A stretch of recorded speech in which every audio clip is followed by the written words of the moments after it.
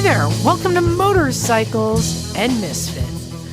Our last one was much more exciting. Coming to you from the Recycle Garage in windy Santa Cruz, California. I'm waiting for this one to fall apart. Hey everyone, this is Liza. And I did not get blown away, but I had my my emerald shoes on and it helped things out. But we'll get to that. Running the board tonight, it's Stumpmeister Johnny Boy. Hey, I got some special one going on over here, too. It creates a vortex. Blustery. A blustery vortex of loveliness. I call it Venturi effect. There it is. God almighty. Bernoulli principle. John Blow on Spencer. it. Blow on it, Emma. No. Or I'm not across going it. anywhere near it.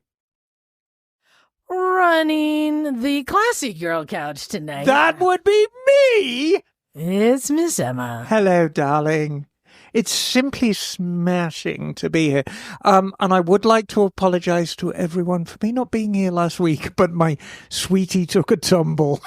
Oh, no. She had a fight Well, no, She had a fighting the waste. in the street. Yes, She- in the street with a Greenway Street cycling She cart. lost a fight with a Herbie Kirby. Yeah, Said she I lost. know. May have been a tie. Yeah, poor. Yeah. So anyway, one cracked rib and one bruised sternum later. Oh, I man. know, nasty business. Ouch. Yeah, so Wish there her you a go. speedy recovery. Yeah, no, and and she fell over again last night, so Oh. things aren't looking good. Okay. Well, in fact, you know who won a fight with a Herbie Kirby? It's Neil. Hey there, What? folks. We haven't heard what's in your noggin lately. Yeah, tell us what you did to that green bin. I made it my biatch. Wow. There we go. Just wow. Oh. All Well, right. I want to hear more.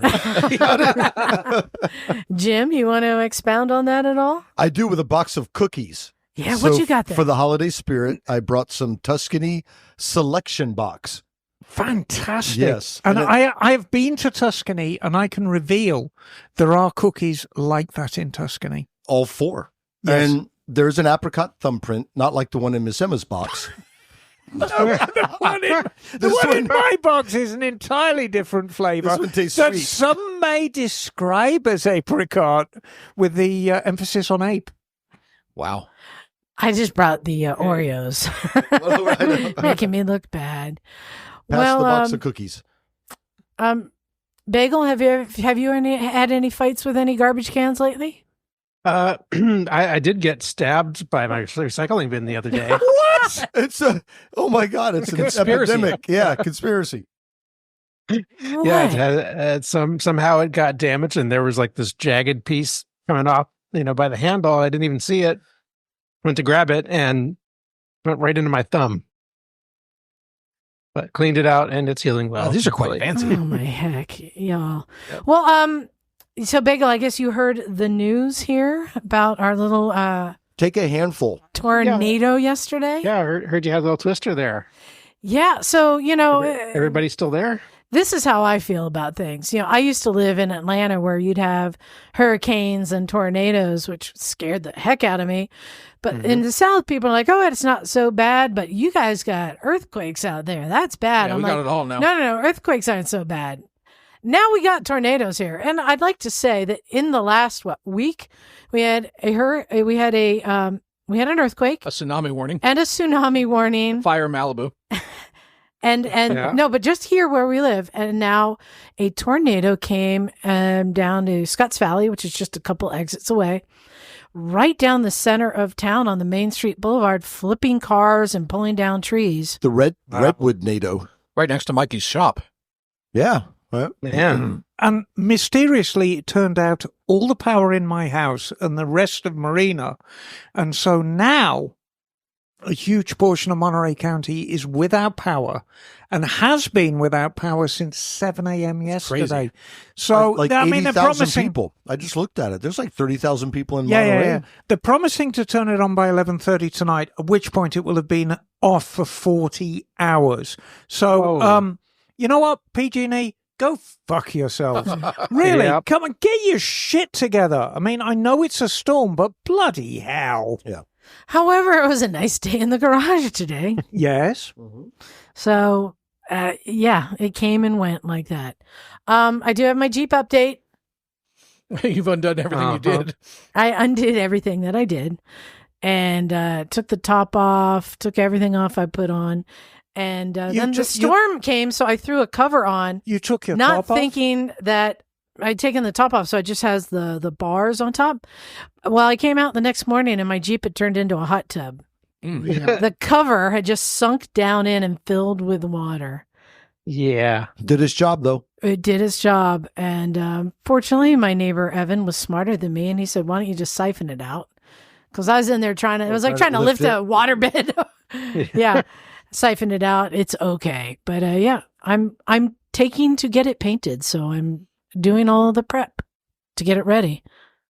It's going to look marvelous. Did you get your side window drill thing sorted? I think so. Yeah. Everything's sorted on it. So what are you going to do with that thing? With the Jeep? Yeah. Drive it in style? No, did you say you're going to paint it? Yeah, getting it painted. Uh-oh. Better get Mako. Yeah, so I'm curious because, I mean, this is cheap paint. When I went to the body shop down the street, they quoted me $15,000. $15,000, really? Yeah, and they Wow. told me that if I'm lucky, I can go down to Watsonville and get a Mexican to do it for $8,000. Wow. And Mako's doing it for $2,500. Well, I'm going to TJ in I had Mako do February. a car. It came out freaking great. So we'll see how this turns out. I wonder if they would do motorcycles if you took the tins to them. Probably. I don't know. Have you ever tried that, Emma? I don't do those kind of paint jobs, but I mean, Yeah, you only do nice stuff. no, I mean, there's no reason why not. Well, I think there could be issues because it does take a lot of fine work to get into a lot of the smaller, tighter spaces. Oh, they don't do that. Right. They don't do that. They just spray what they can see.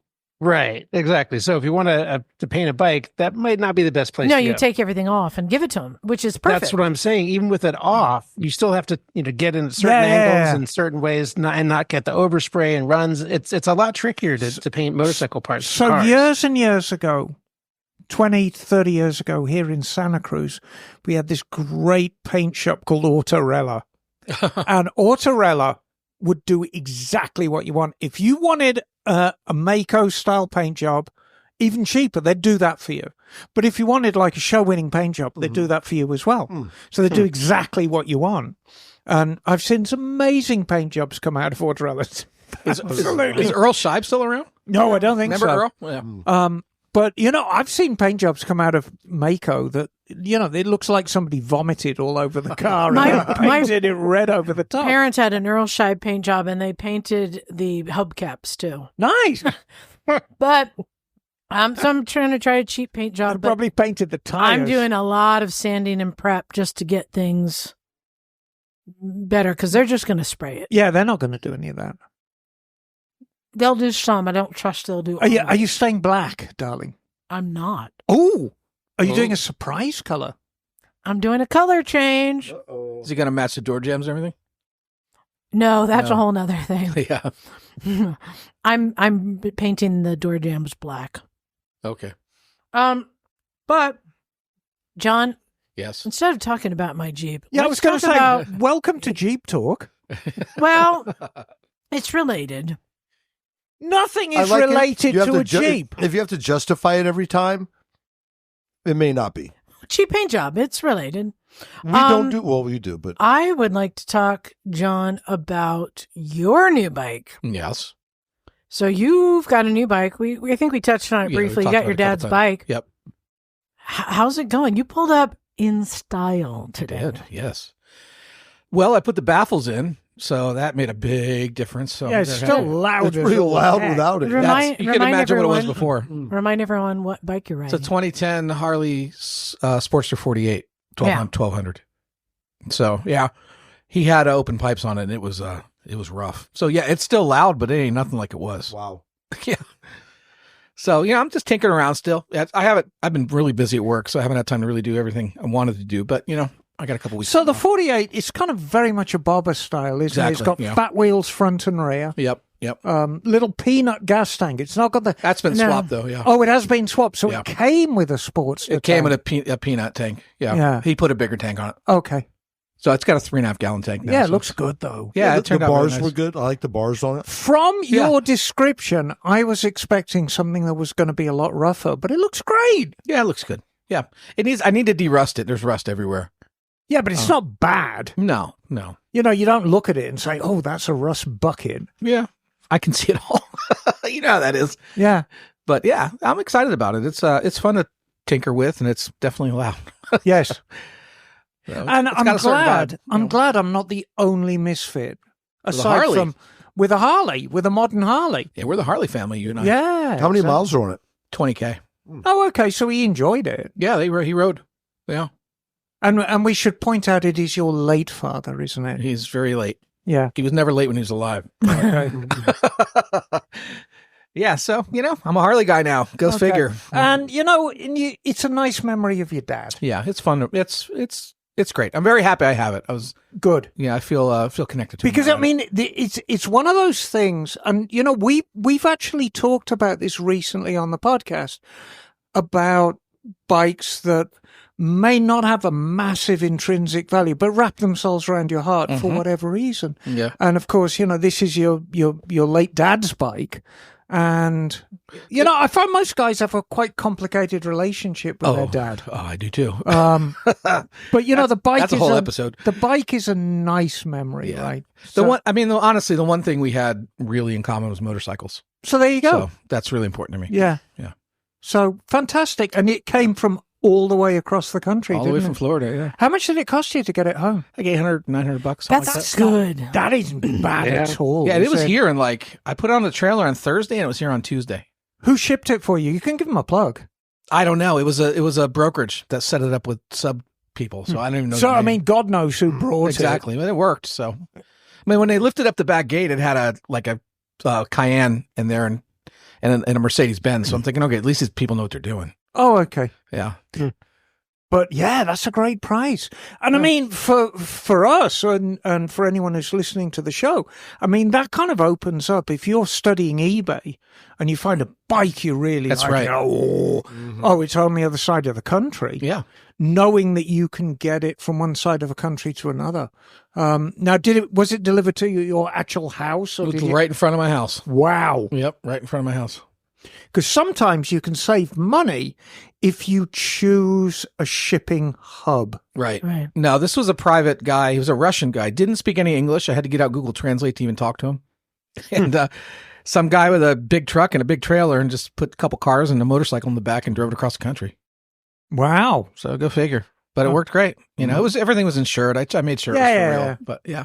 Oh, well, congratulations. No, it's cool. a great bike to Yeah. add to. No, we heard you roll up. Me and them were sitting inside the garage. And we're like, Yeah, that's Yeah, it's a different sound than anything else that comes up here. Nice. Yeah, it's fun. So we're the Harley twins, you and I. Yeah, we are. Too cool for me, man. Yeah, you had a Harley. right. You had your run with Harleys. I have. Yeah. Hey, I wanted to give a quick plug to the one show that we're going to. Oh, this is exciting. This is. I think it's cool. So, for people who've seen us at the one show, we go every year and we just kind of show up en masse and we carve out a space and we make our own lounge, and we've never really asked for permission to do it. We just kind of move pallets and kind of move fencing a little bit. No, we're going up in the world now. and we've always done it respectfully. Yes. But maybe trade a banana. so I had a conference call with them this week, and we've now have permission to. They know we exist. They appreciate that we're respectful. They love that we participate and enjoy the show and do interviews.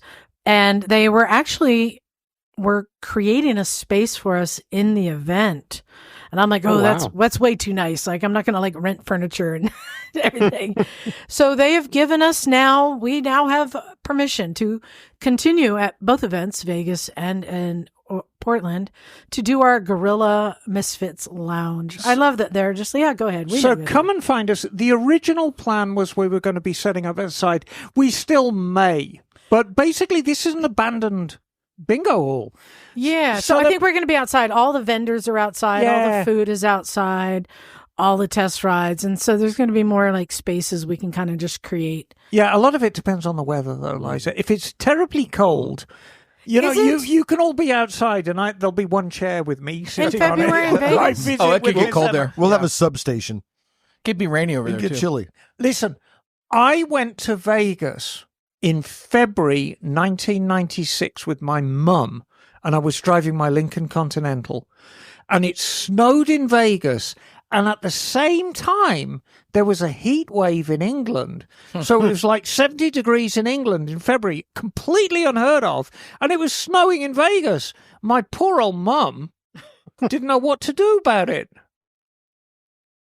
Yeah, it can go. It can go anyway. But come on out to the one show in Vegas. So they're already getting good ticket sales. They're getting a really great response. And I Yes. love that.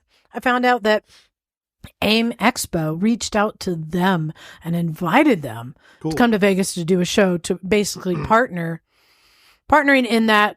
I think AIM realized the way that they can get more people to come is to have another event that's a draw. Mm-hmm. And so they're cross promoting one another. And I said, this is really perfect for both events. Well, you know, as our industry continues to decline, and I hate to bring this up in this Doesn't show. decline, it consolidates into the Well, purest and that's what I'm saying morphs. is we're consolidating, and I think the way we're going to ride this particular storm is we're just going to draw closer together.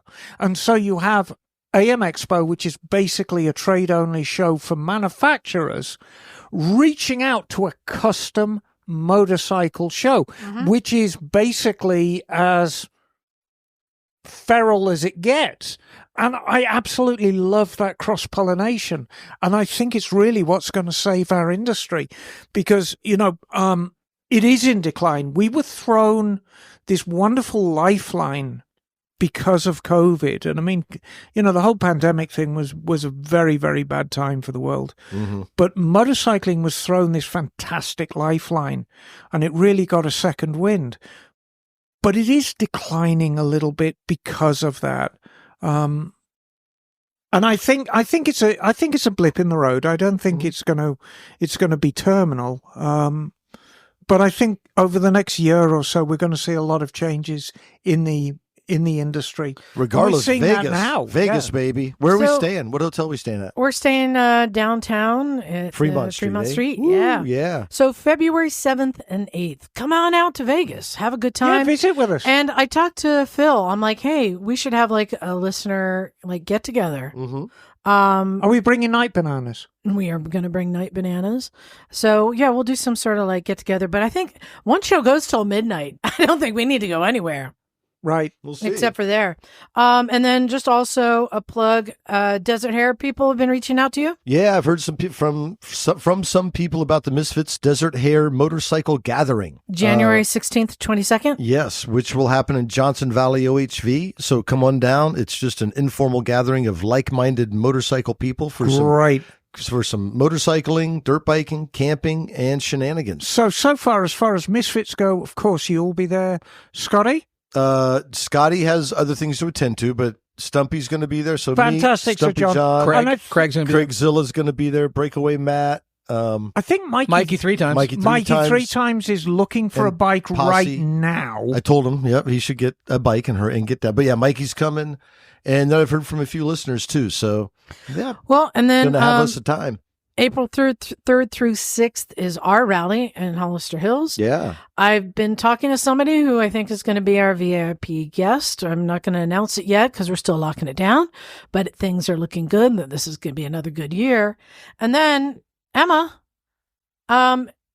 May 2nd through 4th is the one show in Portland. Yes. Do you want to go? Oh, I'd like to exhibit. Johnny? I'm really interested in going, yeah.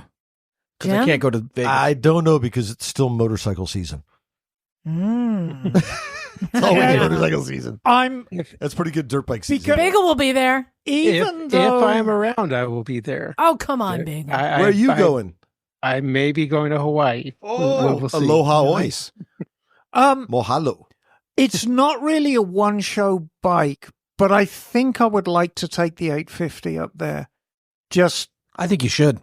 Yeah. It's not really a one-show Just bike. for people I mean, to look at, though. Yeah, it's a resto mod, but it's a very, very appealing bike. And I think if I take it up there, which means I'll drive, so I'm looking for a driving buddy. I might be down for that. Okay. Real quick, we have a few minutes before our guest comes in. So I want to see, in the category of, do we care? This is some news. Coming to the U.S., a new Honda, do we care? The new GB 500. Gore Blimey 500. Great looking bike, made in India, very popular out there, I am told. Got a nice shape to it. What's the engine? A twin? No, it's single. Single? It's not the Rebel engine? No, I don't think so. So I have an issue with this. Do you want a tissue? No, I have an issue with this. Why are they calling it the GB if it does not remotely look like the old GB at all? Why isn't this a CB? Doesn't that look like a CB? Yeah, I know. But, it's regurgitating old names, Yeah, but Well, it doesn't there's have that nothing in it that has the Like look. that Can, rear can I cowl. see that? Yeah. Let me see that. Here, take that one. Oh, yeah, I'll take this one. No, you can trick it out to look like a Gore Blimey 500. Yeah. It doesn't have spoked wheels. It doesn't have the rear cowl. It doesn't have little clip-ons. Is I there mean, it's a British good-looking flag on little retro 500cc street bike. It doesn't look like Yeah. a GB. So Right, it doesn't look I don't like think I care. the former version, but it is a retro-looking bike. I don't like that they're using the name. Yeah, I'm opposed. they So letter. for me, we're I using don't all care. kinds of names. I don't care. Looks like it'd be a fun scrambler, though, if you put high pipes on it. Those look good. Hmm. It's a Maybe. thumper. Yeah. Oh. So is that like Oh, look at this one in the retro colors. like a dirt bike motor? Oh, that looks better. I like that. Let me see. Yeah, it's a cool retro bike, but Yeah. all right. I think, look, the middleweight segment, you can really make some ground in that. And the reason I like that is it's going to have enough power that you can buy it as an entry-level bike. And it's a Honda, so it's going to be really mild-mannered. And it's going to have enough power to keep you on it. So if you're returning to motorcycling, if you're just dipping, I think it's a good thing. I have no problem with the bike or its purpose. It's the name. Why don't they just bring back the CM400? I mean, it's not related to the GB. I don't see any of the What else ancestry would of you the call GB. it? It's a street 500 single. What would you call it? Why would it be called the GB? Because the last street 500 single that Honda produced was the GB. Seems like it's the CB350 model they build Yeah, the build thing. in India. Yeah. Oh, there you go. The single. Bumped out Yeah, the I know. 500. Huh. Yeah, it's pumped. I think it's punched out. It's only running Yep. on one cylinder. I think they stroked it. Well, but we also know you have a bias against the It has GB offset 500. cylinders. I'm not saying it's a bad bike. I'm saying it was a I very, know. very And, you know, I'm overpriced, fond of it. so. pretentious bike. Okay, how about moving on? Here's more news. Let's see. Do we care? The Super Tenere is not on the list anymore for Yamaha in 2025. I mean, it's run its Do we course. care? I think people are learning the secret that middleweights are the way to go. Yeah, that seems to be the truth. Yeah, but here's the thing. When you look at the large adventure bikes, name 4 adventure bikes, John. The GS. Yep, keep going. Triumph 1200. Sure, keep going. We've got the KTM. Yep, The keep Super going. Adventure. Ducati Multistrada. Ducati. Yeah. That doesn't count. Africa Twin. The Africa yeah. Twin. Those 4 are the first 4 that come to mind for a legitimate big. and you've got all the others. You've got the So, Capanord. they you've got haven't been blah, blah. competing really. I think. Oh, with yeah, the the Super V-Strom Tenere. in the Kawasaki. So, but Versus- that means that they don't versus- have anything in that category, except for the FJ. Yeah, that's not a venture. though. yeah, it's not a adventure. super tour. Right, but I'm wondering if they might just come up with like the FJX and just change out some components. Maybe It's a heavy bike, though. the thing to remember about the Super 10, as good as it is, in my opinion, it's a far superior bike to an Africa Twin. Always was, but it Shaft drive? yeah. Yeah. Oh yeah. Oh, yeah. Bigger engine as well, of course, 1200cc compared with. But God, it's getting a bit long in the tooth. I mean, it's pretty much unchanged since 2010. Mm-hmm. Yeah. With detailed changes. So, I mean, 15 years is a great run for a bike. The other sad thing is there's no announcement, just not including it Just in the fades lineup. away. Just fades Yeah, away. but I mean, that's how the Japanese manufacturers do it. They don't make a big fanfare about killing off models, because if you do, then you get all the enthusiasts, and these, you just let it fade It's away. negative, yeah. It's called an Irish goodbye. Yes. Oh, yeah. Or Nice, the French leave. Yeah, you do the Irish goodbye or the French au revoir. And I think that really is the way to do it. It's a great bike. There's always going to be a soft spot in my heart for Super 10s. Yeah. I think my favorite, of course, is the 2016 in the Kenny Roberts colors. Mhm. Oh, yeah. God damn, that's a handsome bike. But when do you think they'll regroup at some point? In the Yeah, year, I mean, 2, they'll 3, come up with a big come up adventure with bike. something. But yeah, I think middleweights, like your 10.7. Yeah, if you really want to get in the dirt, the middleweights are the way to go. Right. But for like long distance touring, those big adventure bikes are great. If you're going to slab it from here to Montana for the most part and hit a fire road every now and then. Yeah, but do you think your 10.7's particularly bad at that? Would you ride your 10.7 to Montana? Well, I did, and it was very windy. So thing with the 10.7 is it doesn't have a lot of the trade-off in the 10.7 that I like is it's more dirt bike oriented. Right. It's still an adventure bike. It's not a dirt bike, but the Africa Twin had better wind protection, more comfortable to ride, all that kind of stuff. The Tenere is not a lot of wind protection, but it's more dirt bikey. So yeah, it's like on the Africa Twin, for example, I could ride, like, no joke, 10, 11 hours in the saddle. Not a problem, like not a big deal. The Tenere, when I was riding, after like 5, 6 hours, you're like, I'm tired. The wind beats you up and all that kind of stuff. Yeah.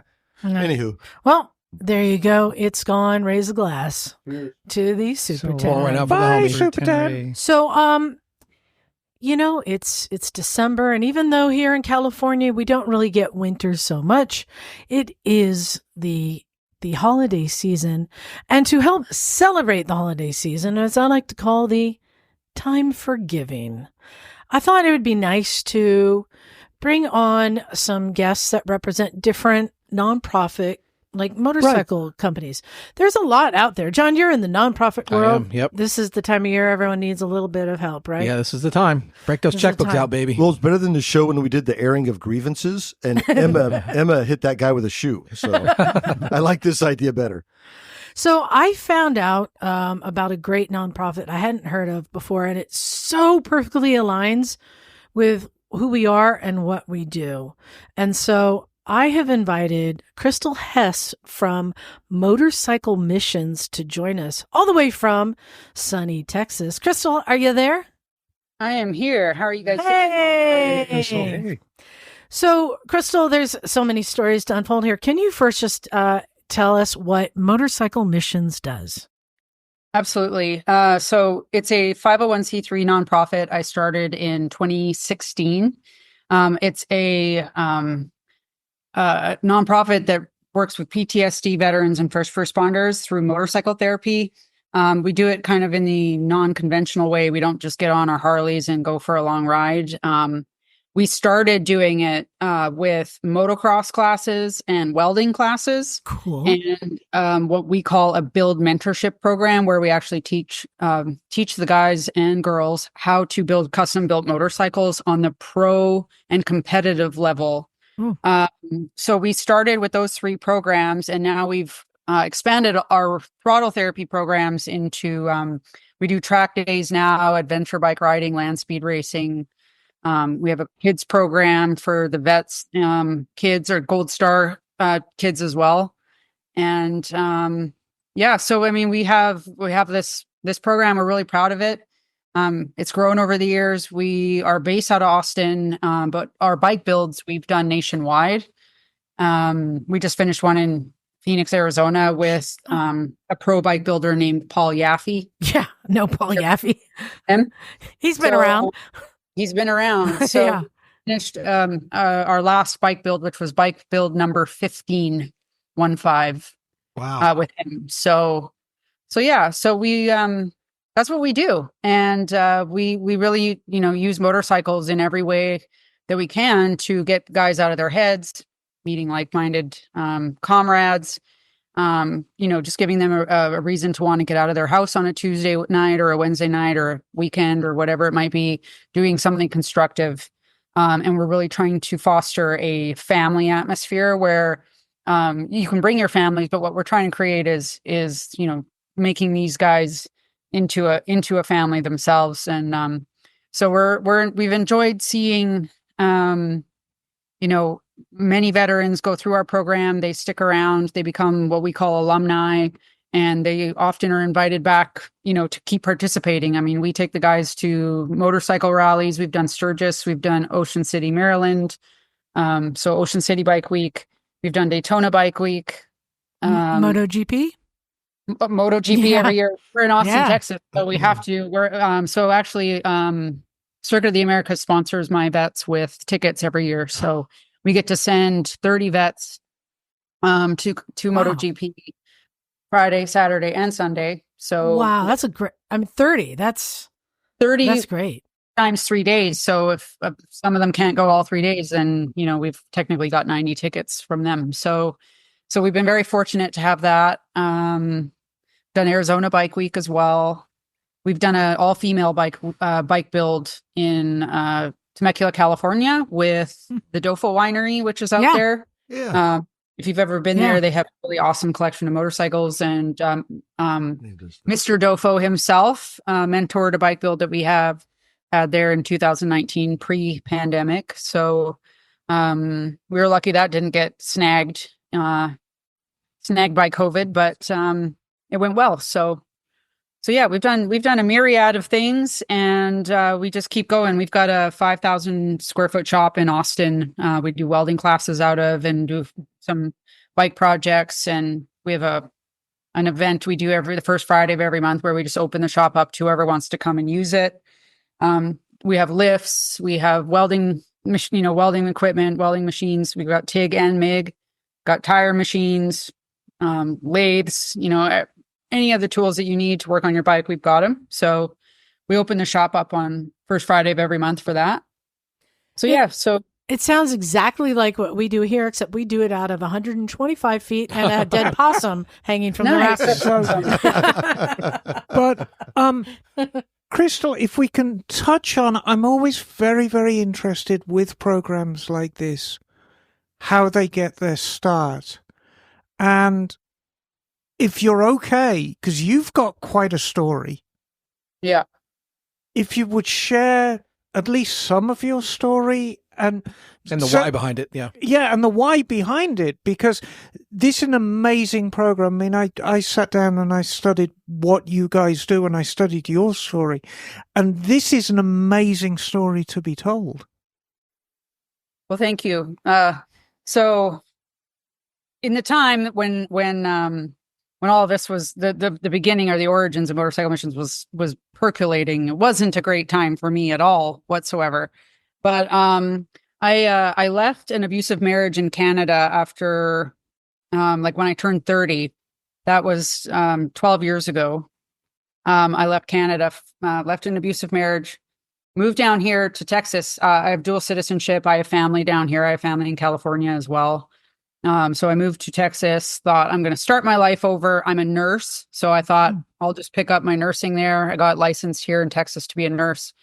And then I got into another relationship with someone who had bipolar disorder. And he was really into motorcycles. And I, being from Canada, I'm kind of a strange duck up there. I was a young girl that really wanted to get into cars. Like once Fast and the Furious came out, I was like, that was what I wanted to do. And so I was hanging around all those aftermarket, tuner stores. And I was asking if I could, sweep their floor. And I was just trying to be as close to it as possible. In Canada, you don't just get car magazines there either. You have to order them with, you have to mail in your order and send a check. And then you wait, I don't know how long to get a magazine. The dog sled has to come. Yeah, the dog sled has to come. The penguins deliver it. That's right. She's heard it all. So yeah. So anyway, I was desperate for that, and I never got it. It just never happened for me. But my very first car was a 1995 Ford Probe that had a chameleon paint job, and it was the newer body style. And I put, rims on it, aftermarket Racing Heart rims, and I had neon lights under the car. And I was just like, that was my first car, and that was high school for me. Loved my car, and that was when Fast and Furious first came out. Not to date myself, that tracks at all. But so when I moved down here in Texas, and I met this really handsome young guy that just swept me off my feet. I didn't know about his mental health issues whatsoever. And they surfaced one day just unexpectedly and kind of in a violent way.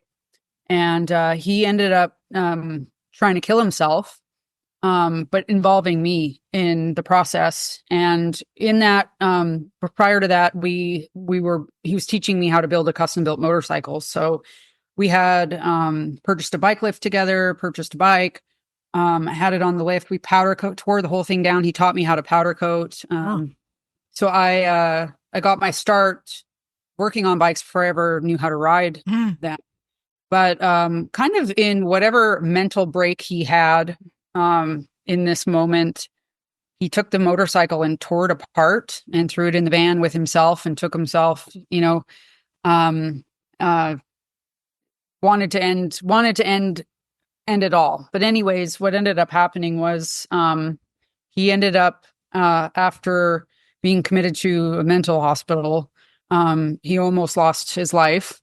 And thankfully, I felt like something wasn't right, so I kept away at the time. So, but he ended up in a hospital, and basically for my own safety, I wasn't allowed to connect back with him.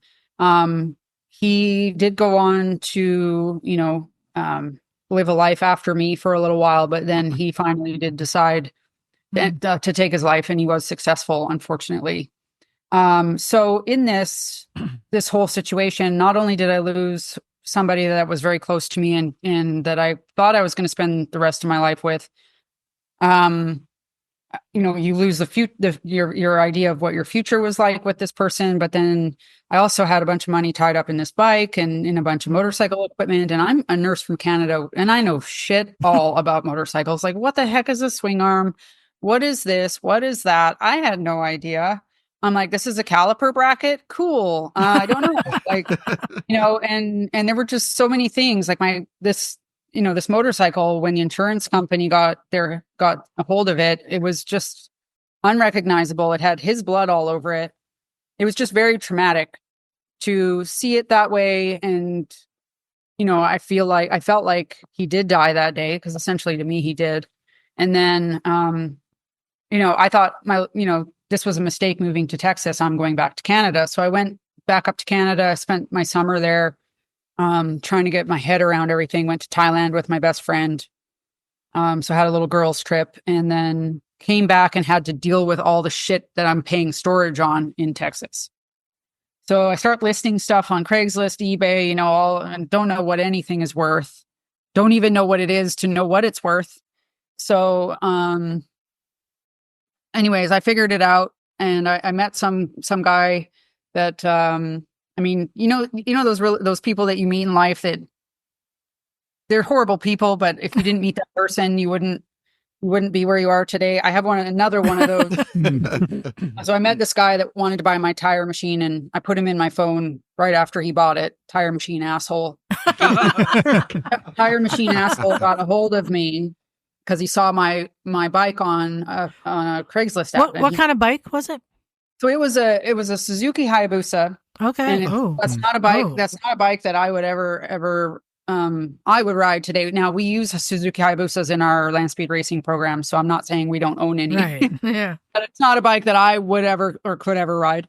Just around on the other side of this wall, I have a picture of me on that bike. Maybe I'll go grab it the wall in a second. But that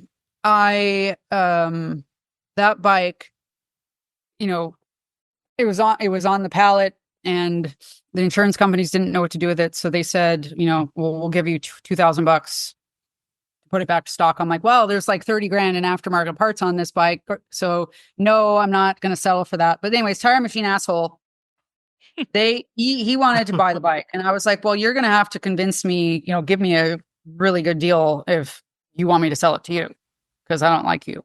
And so he said, I'll tell you what, I'll buy it for, 10 grand, and then I'll teach you how to put it back together, and then we'll split the profits when we sell it. And at first I was like, screw you, that's an awful idea. I didn't want to, the thought of seeing this guy again ever was just like, ugh. So, but that's what I ended up doing. I ended up weighing my options and going, well, this seems to be my best option, is to go back to Texas, face this, build this bike, get rid of it, move on with my life. Well, then I started building this bike. And then I started going, oh, I know how to powder coat. So I'll powder coat this and I'll powder coat that. And then I find myself buying more equipment and more stuff. And then I'm at this shop and I'm getting addicted to motorcycles and working on them and learning. And you're still not riding, though. Still not riding. I didn't ride for... I love that wrenching is what got you in. Yeah, the wrenching got me in first. And it wasn't until that bike, like once we finished that bike and we sold it to a guy who still has it in the Grand Cayman Islands, a scrawny lawyer. He just didn't suit that bike at all. When he came and got it, I was expecting someone way different. But this little tiny lawyer guy from Grand Cayman Islands came and bought this bike and rode it to the ship in Houston and put it on a ship or whatever to the Grand Cayman Islands. So I would have assumed for sure that was a scam. I'm in the Grand Cayman Islands. I'm going to send a representative to pick it up. This guy came. We picked him up from the airport. His check cleared. He rode that bike home. He still has it. I still talk to him every now and again. We're in the Cayman Islands. Could you ring a Hayabusa out? I have, you know what? I've never been there, so I don't know. But so he bought it, and when the bike was gone, I was like, all right, back to my life. Thought I would start focusing on nursing, but then I was like, really just kept wanting to go back to the shop and wanting to work on more motorcycles. So they got me another project to do. So I started working on I think it was a 1982 Yamaha Seca 550 XJ. So I started doing a custom with that. And then this Tire Machine asshole found, I don't know if you guys remember the Rika bikes, the Suzuki Savages that you could do Rika kits on. Yeah. So he's like, well, this will get your feet wet. Why don't we buy? This was his idea, not mine. He's like, why don't we buy 5 Suzuki Savages and we'll do one of each of these Rika bikes that's in their series or whatever. And I didn't know what I was getting into, but I was like, sure. And at the time, I was like, this is a cool way for me to do each of these 5 bikes in a different theme. And because I'm a powder coater, or because I know how to powder coat, this will be great practice. So I did. I started powder coating each of these bikes in a different theme.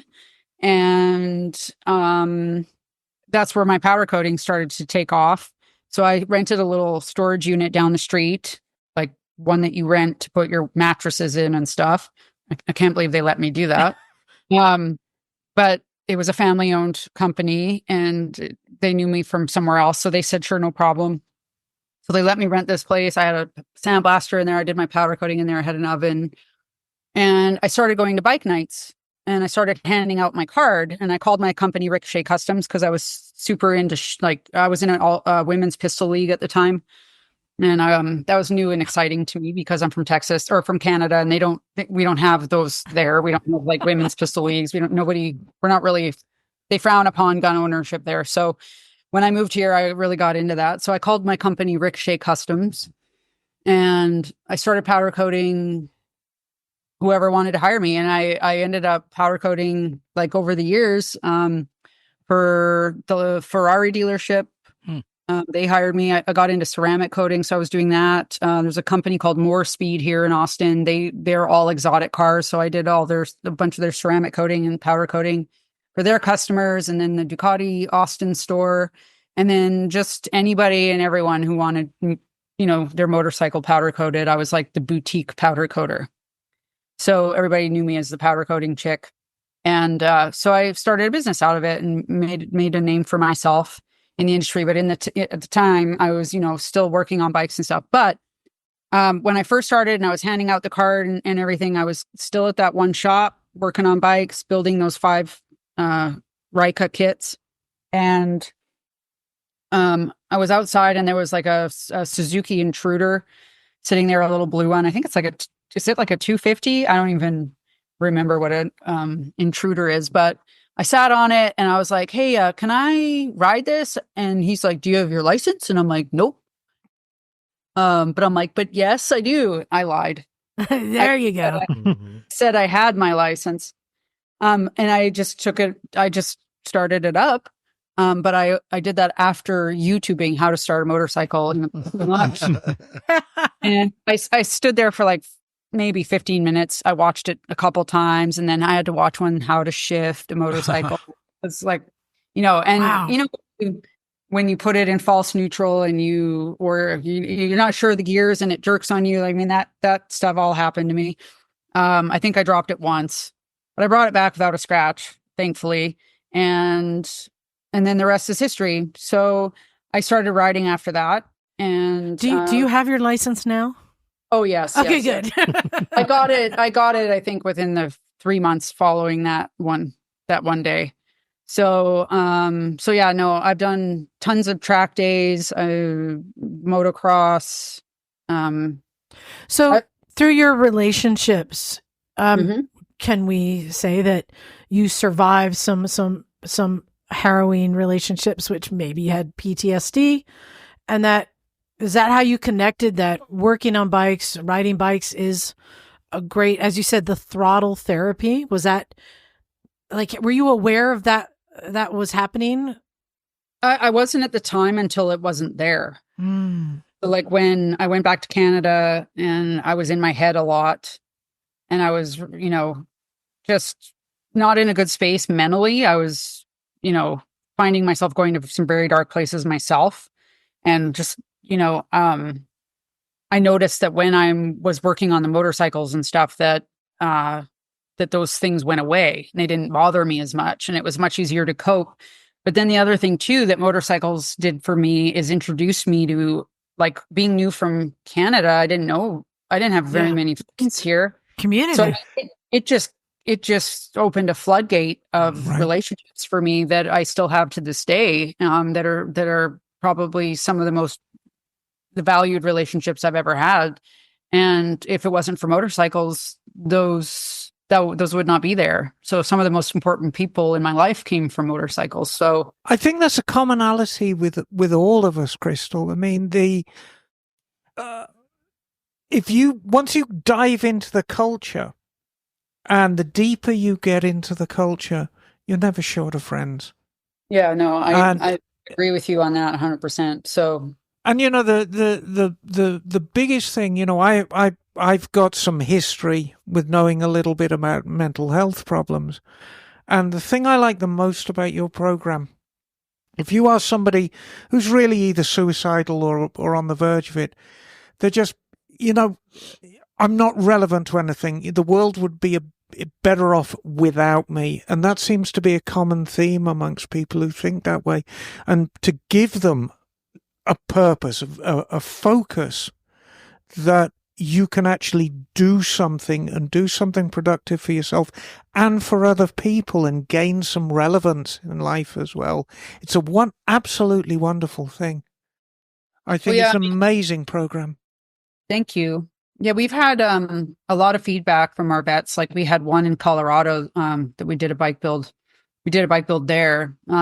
He was an alcoholic and was in and out of rehab. And he credits Motorcycle Missions for when we started our bike build in Colorado, for pulling him out and getting him away from the distractions and things that used to draw him back to that space and giving him the family and the constructive, hands-on motorcycle related to do. And like now I'm in Texas and he still goes and hangs out with the build mentor there. Roy Martin. I don't know if you're familiar with that name, but Roy Martin mentored the build. He's a police officer in near Colorado, near Denver, Colorado. And I think it's Centennial is the town.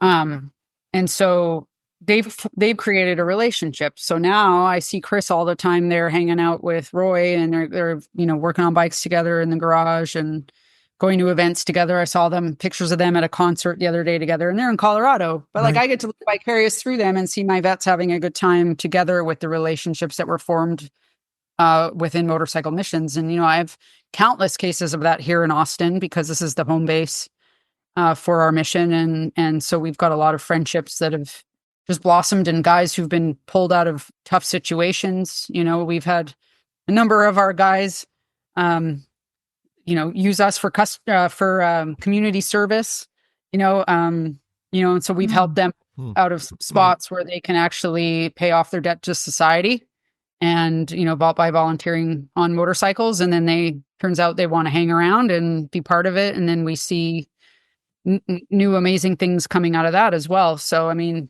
it's been so much positive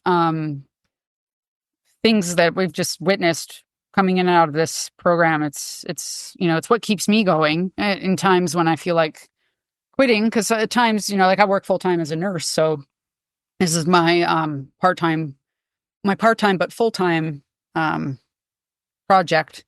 So that's what keeps me going every day is just doing it for them, because I just see what a positive impact it's made on them in their lives. So yeah.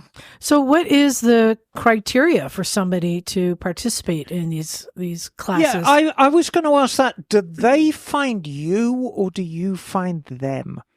It's a combination of both. I mean, we go to a ton of events. We put up tents. We hand out brochures. We try and network everywhere that we can. Like I said, we go to a lot of events, like, all the rallies and things like that. We were in Sturgis this August. We've gone to Sturgis every year since we started. We take vets with us. We do bike shows. We do as many things as possible, but a lot of it is just word of mouth and people that I know in the industry from relationships that I have built and created in the industry, pretty much from coast to coast. So I'm able to, open doors that way, and they find out about us. Like, we had Phoenix Bike Build and reached out to some friends that are vets in Phoenix, and they were able to put out some channels of communication through their networks there. And then next thing we knew, we had, our vets signed up. We have a waiting list now. I think the Build Mentorship is our longest waiting list that we have for any of our programs. So we just get people from coast to coast signing up. And then when we recognize, hey, like, we've got like 30 vets signed up in, I don't know, Lynchburg, Virginia. Maybe we should do a bike build there, and then, then I think, okay, well, who do I know that's close to Lynchburg, Virginia? Oh, RJ. Okay, maybe I'll hit up RJ and see what he's got going on there, and if he could host a bike build, maybe, or if he knows someone close by that could host a bike build. So it kind of works like that. It's all who I know and some of the relationships that I've worked on over the years. So that's been a big part of my life, is relationships with industry people, not just riders, but actual industry. So I mean, we've been sponsored in the past by State Farm. They sponsor us still. We're still working on a project with them, or we finished a bike build with them, but we're still in contract with them till the end of the year, end of 2025. So State Farm and, Law Tigers and the Yaffies. We've got, Motul and kind of those kind of companies that really step behind us. So those are all relationships that were forged from just nose to the grindstone type stuff. So it's been really cool to be able to pull them in to help us, and it's just been networking, a lot of it. So they find us through many, many different ways. Can you tell me a little more of the process? And specifically, I mean, we throw out terms like PTSD all the time. We think that everybody understands this. So what is PTSD? I imagine all the work that you're doing is also trauma informed. So what is the process for mental health care? And are you having licensed clinicians actually engage also? So we do have a licensed clinician that works under us and is licensed. And so when we need her, we pull her in on, an as needed basis. But we have, so on our website, we have sign up forms that we have you fill out. And they're not like, we're not doing like what do you call it? Like EMDR. Yeah, we're not doing, did you say EMDR? Yeah. No, we're not doing that. We're doing like we're just doing a preliminary examination of who you are, what your needs are. A lot of guys are very upfront about their struggles. So we do ask some tough questions of you. If we select you for a build, sometimes we'll get into the weeds a little bit if we need to, but we basically just get them to sign up. If we have questions, if we feel like there's something that needs further looking into, then we look into that. But we give priority to the guys who need it the most first. And then if let's say there's like 2 more spots left and there's a couple guys that probably don't need this as, at all or as much as the next guy, then they're put in last if there's spots open. So we prioritize based on need first, based on mental health. So can you give us a couple kind of cases of success? Not so much, I know there's confidentiality issues, but so some success stories and some things you're seeing, sort of how it's impacting the men and women in your unit. Yeah, of course. So we have one firefighter who, through trauma on his job, he got shot at once. So firefighters don't often think about being shot at work. But so like I guess with him, he started abusing alcohol like really, really heavily, and it was starting to impact his relationship with his wife, and they just had a newborn, and he got involved with motorcycle missions, and then within a year, he was off all his meds and not drinking. That's great. And because he had something constructive to do and he wasn't channeling all his negative energy, on a bottle, he was wrenching with us, and doing something a little bit more constructive. And also too, like these guys like to volunteer and help us out, so they'll come to, if we're doing Moto America and we're setting up our tents and we're selling merch, they'll come help out there, so we get, even that's therapeutic because they get to see the guys, they get to put, they get to put something back into the organization, so that's also, I think, very therapeutic for them. They all say that camaraderie is the number one thing that they enjoy the most about what we do. Oh, this is my cat. Oh, hi, cat. Puss, puss, puss, puss, puss. I thought that was a filter for a second. No, that's my cat, Chase. I've got 2 cats.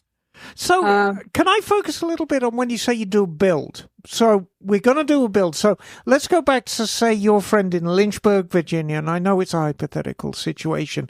Yeah. You've got 30 people that need help in Lynchburg, Virginia. You reach out to your buddy and he said, yes, we can do a build at my workshop. Right. You're building one bike and you've got 30 participants all doing their part to build this one bike that ultimately you will show, ride, whatever. Just kind of walk me through it a little bit. Sure. Okay. So we have 30 participants that have signed up. That doesn't necessarily mean that 30 participants are actually going to follow through and do it. Right. We get that scenario a lot. So what we figure out is, okay, so hey, RJ, you want to do a bike build in Lynchburg? He actually lives in Morgantown. So, Morgantown, Virginia. So like, if we're going to do a bike build at your shop, what bike build do you want to do? Do we have to source one or do we have a bike we could already do? And he might go, oh, well, I have this chopper back here that's just a roller frame and I would love, he's like, I'll donate it to the cause or I'll sell it to you for cheap or whatever. Or I'll say, we have this bike here that's sitting in Austin that was donated to us 2 years ago and we haven't found a purpose for it yet. Do you think this would fit? And do you think you could do a bike build on that? Like RJ really likes hardtail choppers. So let's just say we have a hardtail chopper shop. So would this be something that we could do? And do we have an engine for it? We would start discussing what we could do with this bike or that bike. And also too, it depends too, do we have a sponsor for this bike? When we did the Polyaffi build, State Farm was already sponsoring a bike build for us, but we didn't know that we were going to pick Polyaffi yet. to build the bike because we had to get Paul Yaffe to say yes. And then we also had to work out the logistics and things with State Farm. So if we had a sponsor like State Farm sponsoring to build it like RJ's doing, hypothetically, then we would just discuss what we want to do. We'd have to get State Farm to agree, yes, we're good to go on a hardtail chopper. This is what the budget is. And then we'd start sourcing. And about the same time, we would start contacting vets in the area and saying, hey, we're looking at doing this bike build. You signed up for this program. And we're wondering, you know, are you still interested? Sometimes we find that the guys have either moved on or they're doing something else or they're working or they have a life change in some instances. So not everybody who signs up can still do it at the time that we get a hold of them. So, and I'm just, again, this is all hypothetical. So we would reach out to them. We would get get a temperature on their interest. And then RJ and I would get together and say, okay, so I talked to these guys and these guys and these guys, and these guys say, you know, they would love to do a bike build. I got their schedules. None of them can do a Saturday, but they can all, you know, 2/3 of them can do a Tuesday, Wednesday, Thursday. And then we'd have to, you know, work with RJ and figure out what day works for him, you know, and then you just pick the best, you know, like best You make situation. the best fit. Yeah. With Paul Yaffe, we ended up, there were 3 vets that wanted to do it, but they couldn't do it because the day that worked for Paul didn't work for them. So unfortunately, you know, we can't pick everybody. So while we have 30 guys signed up, we usually strive for 8 to 10 per build. So as long as on the first day we kick off the build, we've got 8 to 10. That's our sweet spot. That's usually what works best for the amount of people working around the lift or doing different projects. But then also too, as the weeks go by, not every vet can be there every week. So sometimes life happens, kids' soccer practice, or I'm out of town for this, or I'm out of town for that. Then you on average have about 6 vets there a night. So having 8 to 10 to start with always works out nice to end up with a round number of 6 at a shop night. And that's really worked for us. So And you end up with one bike at the end of it. One bike. And I just want to be clear because, you know, it's very, very easy to think about this as like an American chopper and you're going to end up with a Harley Davidson. But it could be anything, couldn't it? It could be a drag Hayabusa. It could be a cafe bike. It's really what resources you've got at the time and what builder you've chosen, right? Right. So some builds we go out and seek because we have an idea or a certain sponsor who wants something specific. But in most cases, it's something that was given to us and we don't, you know, we have to work with it. So like our very first bike build on our website was a 1970 Softail Springer. It was donated to us by the owner of the ROT Rally, the Republic of Texas Biker Rally. This guy rode it to Sturgis for years, back and forth. And then he donated it to us for the ROT Rally in 2017. We built the bike. We did a complete rebuild on the bike. We revealed it on stage at the rally before Leonard Skinner came on. And then we raffled it. We, like every veteran who came through the turnstiles at that show, got a raffle ticket. They didn't have to pay for it or anything. And we picked, there was a 101-year-old veteran that picked the winning ticket. And there was a veteran in the crowd that won that bike. So build number 2 was a like ratty old shovel head chopper, 1970s again. And it was just a POS with a Confederate flag on the tank. And the handlebars were super like wiggly. And like, I had this thing in my shop for a while and I was like, I don't know what to do with this thing. I think it's POS. I almost just sold it. But what we ended up doing was taking the engine out, rebuilding the engine, ceramic coating the whole thing, a nice like gray, two different colors of gray. So a nice like kind of matte finish. And then we built a frame and did a board tracker. Wow. And, so that bike right now, it won a national championship at the International Motorcycle Show. So it traveled, it did Dallas and Chicago. It won and then won again. And then it went to the finals and we won the national championship. So we won out, among all the builders out there. Our bike took first place. And that was from all the shows all across the country. That's took first. fantastic. Could you use a pink buddy scooter? Maybe. Or a XS 750 tracker.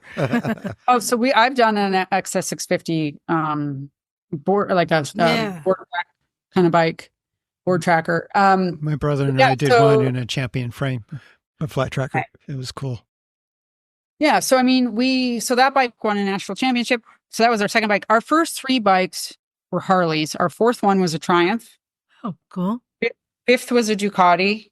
6th and 7th were Indian Chief Dark Horses. We did a bike build off, Bosses versus Dallas. Number 8 was a Triumph. We built that in Cleveland, Ohio. Oh. At Skidmark Garage. Have you guys heard of Skidmark Garage? Yeah, we know. We know those guys. There you go. So we built that one at Skidmark. Build 9 was at the Dofa Winery. That was a Honda CL350. Build 10 was a Land Speed Hayabusa. So we built a Land Speed bike. That one was donated to us from a family who lost their son to suicide, and that was his bike. Wow. They wanted us to race it in his memory. We took a look at the bike and thought, oh my God, this bike is going to kill someone. Absolutely everything about it needed to be redone, wiring, right down to the wiring, everything. So we just took the whole thing apart and did a complete build on it. Build 11 was a Harley with a sidecar. 12 was a Harley. 13 was a Harley. 14 was a Harley, and 15 was a Harley. So we don't discriminate. We just use whatever resources you've got. And I know a lot of your, we'll call them customers, clients, are military. Yeah. But there's a lot from law enforcement as well, isn't there? And first responders. We have 5%, which isn't a lot. So 5% is first responders that sign up. And we're attempting to change that. So because a lot of veterans know about us, but not a lot of first responders. So what we've done is we're actually doing a CT70 bike build off here in Austin, actually just north of Austin. So our shop is actually in Georgetown, which is 30 minutes north of Austin. And we're doing a bike build off. There's 5 fire stations in Georgetown, Texas, that have signed up to do our bike build at the same time, but they're doing CT70s. Oh, yeah. That's fun. So what we're doing is they each get a CT70 at their fire station. So they're not coming to our shop. They're doing it at their fire station while between calls. So while they're on duty, but between calls. Oh, that's great. All been approved by their fire chief and everything. It's a I don't know what they call it. Not sanctioned. But anyway, it's been approved. So they're doing that. We're actually just about to kick that off. So we're going to be doing 5 of those, and then they should be done in like February or so. And then we should be starting 3 more in Libertyville, Illinois. I love that you've figured out a way to branch this out around the country. It's connections. It's people I know. So the Georgetown Fire Hall, I went to, actually, we had a guy come to our shop, fire marshal. Hey, I'm here to inspect your fire extinguishers. And I wasn't there that day. And but I got a letter saying we need to come back and inspect these. And so I reached out and they came and inspected them. But then when I had this idea to do this bike build off between the fire stations, I had someone who'd already been to the shop, seen what we had done because they'd been there. I called him. He thought it was cool. I asked him what he thought first. Then he put me in touch with the chief. Then I had a meeting with the chief. The chief had to have a meeting with his staff. And then the next thing you know, they sent out an email to all the fire stations to see which one of the 7 fire stations wanted to take on a pilot. That's great. Experiment with this, with a CT70. And we actually had the Shepherd Air Force Base, one of my veterans who went through our track program. He also does the flyover at MotoGP. So he's in one of the fighter jets. Cool. Yeah, he did one as well. So he did one, and the guys at the Georgetown Fire Station did one. And we did a little friendly build off, and then we took them to Barber Small Bore, which is like all mini bikes under 150cc mini bikes was this event in May at Barber Vintage Motorcycle Park or whatever. So we unveiled the 2 bikes there. We did a big mini bike show that Motorcycle Missions hosted. And then, the rest is history. So then we're like, let's go full bore with this small bore project. So that's what we're doing. And it's something for everyone. We are running short of time. I'd love to talk with you for hours, but unfortunately we don't have that option. If we were to have this interview in 5 years' time, sure, how do you think Motorcycle Missions will have grown in 5 years? Well, how would you like it to grow? If we had a magic wand and we say we could give you anything you want, how would you like it to grow? Well, I'd like us to be able to reach every veteran that signed up, basically. I would like to see kind of satellite shops off from ours. And, unfortunately, I would have to clone myself a bunch of times. But I don't know, right now we're all volunteer. And what's the best way for our listeners to support you? Because this is great. This is a really, really good cause. So, so we're all donation based. We don't, 100% of our dollars go to the end user. They go to the veteran. Nobody takes a salary with Motorcycle Missions. And that's the easiest way to find you. If you just do a Google search on Motorcycle Missions. Yeah. Motorcycle Missions. Yeah. motorcyclemissions.org. Make sure that you've got this graphic on our website. If you don't have this graphic, it's not us. There's been a bunch of other nonprofits or people posing to be nonprofits trying to be us, but they're not. Make sure it has this on it. And listeners can't see. It says Motorcycle Missions. Motorcycle Missions, and it's kind of got like a comic book. Yeah, like cartoon. Larry Curly. Yeah. Kind of. Yeah. So you can just do the website. We're on Facebook, we're on Instagram. We've got big donate buttons there. We do this, with donations, without t-shirt sales, without people buying our shirts, without people, referring their friends, without people hitting the donate button. We can't make it run. And we this year were hit by a fraud that actually robbed us of $45,000 out of our bank account, I was going to ask if you can talk about that, because that's how I found out about you. Yeah. Because it was going around social media. I saw that and it broke my heart. And I really wanted to be able to share your story, not just to let people know what you're doing, but also and hoping that people will listen to this story and maybe donate and help you, because you're helping so many people. And the fact that there's somebody out there who are preying on nonprofits is just ridiculous. So if you can tell that story. We were one of 2 that was hit here in Austin at the same time, the same week. Yeah. But so they made away with $45,000 of our money. But the problem is we have to take people to court to even have a chance of getting that money back. Right. And unfortunately, Chase Bank, who is our bank, has basically left us hanging and saying that they can't really help us, even though they kind of we feel like they kind of enabled it to happen. And so we've kind of been struck with, we don't know what to do other than turn to our donor base and ask for help, because the money that was taken was the money for these fire station builds. So we've been having to dig into our own pockets and kind of go a little bit further with pleading with the public to help us out. We've been on the news a few times and on the radio and whatnot. So just every bit helps, even just buying a shirt. We've got a sweepstakes on our website right now for a carbon fiber bicycle by Rizoma. Rizoma is an Italian sports company. They've Motivation USA has donated one of those. So we're trying to sell tickets for that. If you spend over $100, you get a free t-shirt or a free hoodie if you spend $500. And those are great Christmas presents for people. And plus you're helping out a nonprofit. So yeah, we're basically, grassroots. Help us out with your end of year contribution. It's a tax write-off. if you want to donate. So every bit helps, whether it's $5 or $100, it doesn't matter.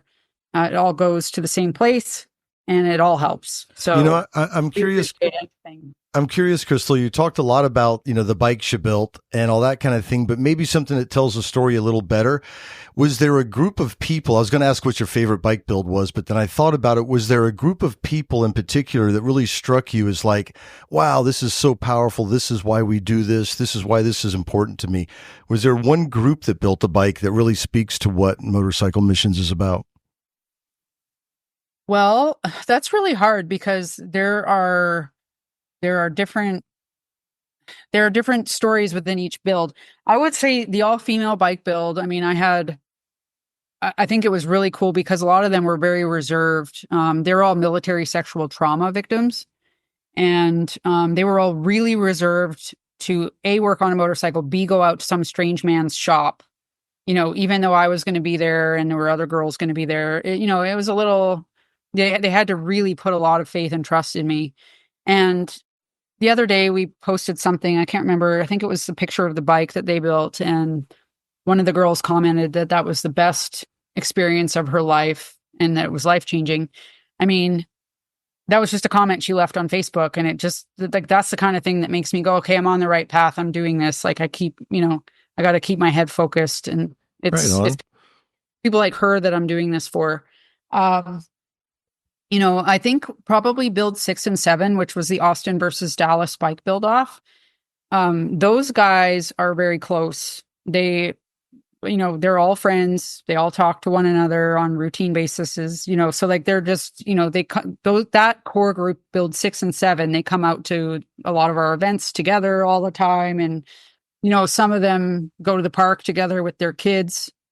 So it's been really cool to see just the relationship. So that one's probably build 6 and 7, 6 out in my mind, as well as build 9, which is the all female bike build, just because of just what I witnessed with the guys and what I hear from the girls. They just would never have got that opportunity.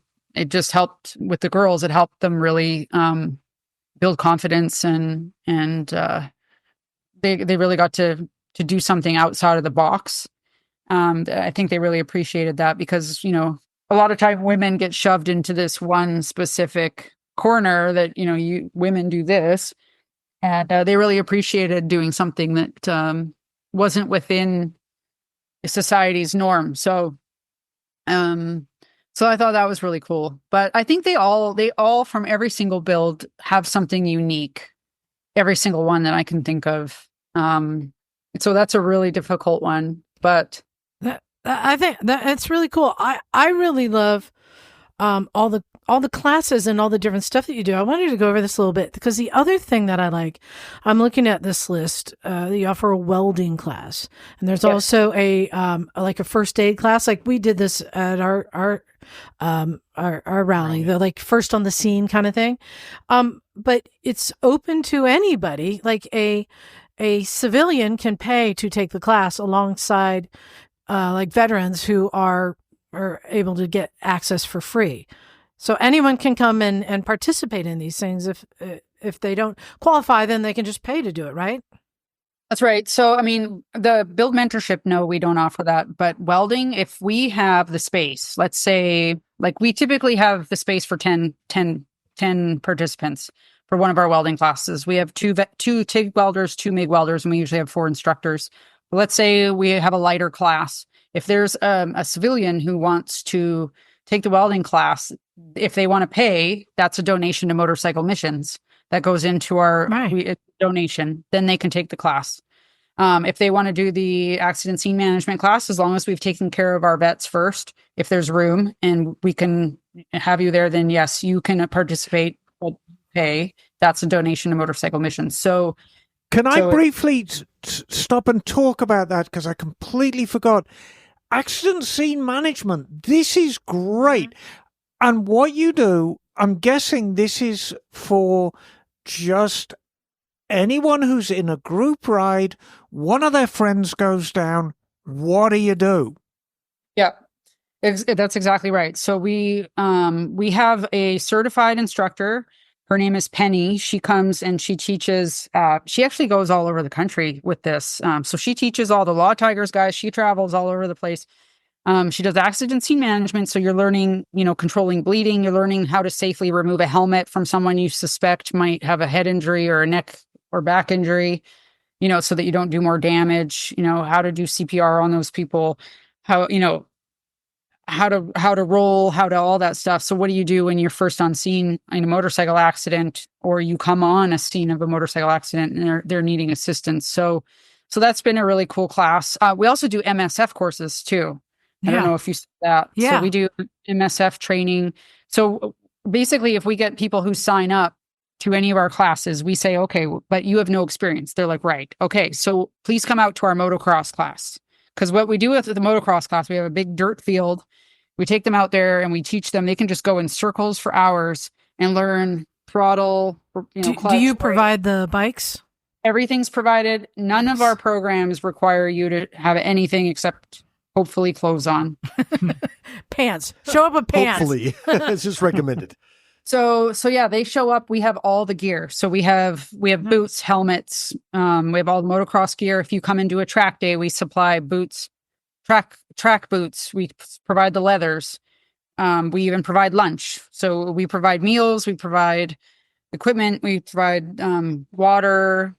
Safety equipment, music, good times had by all for free.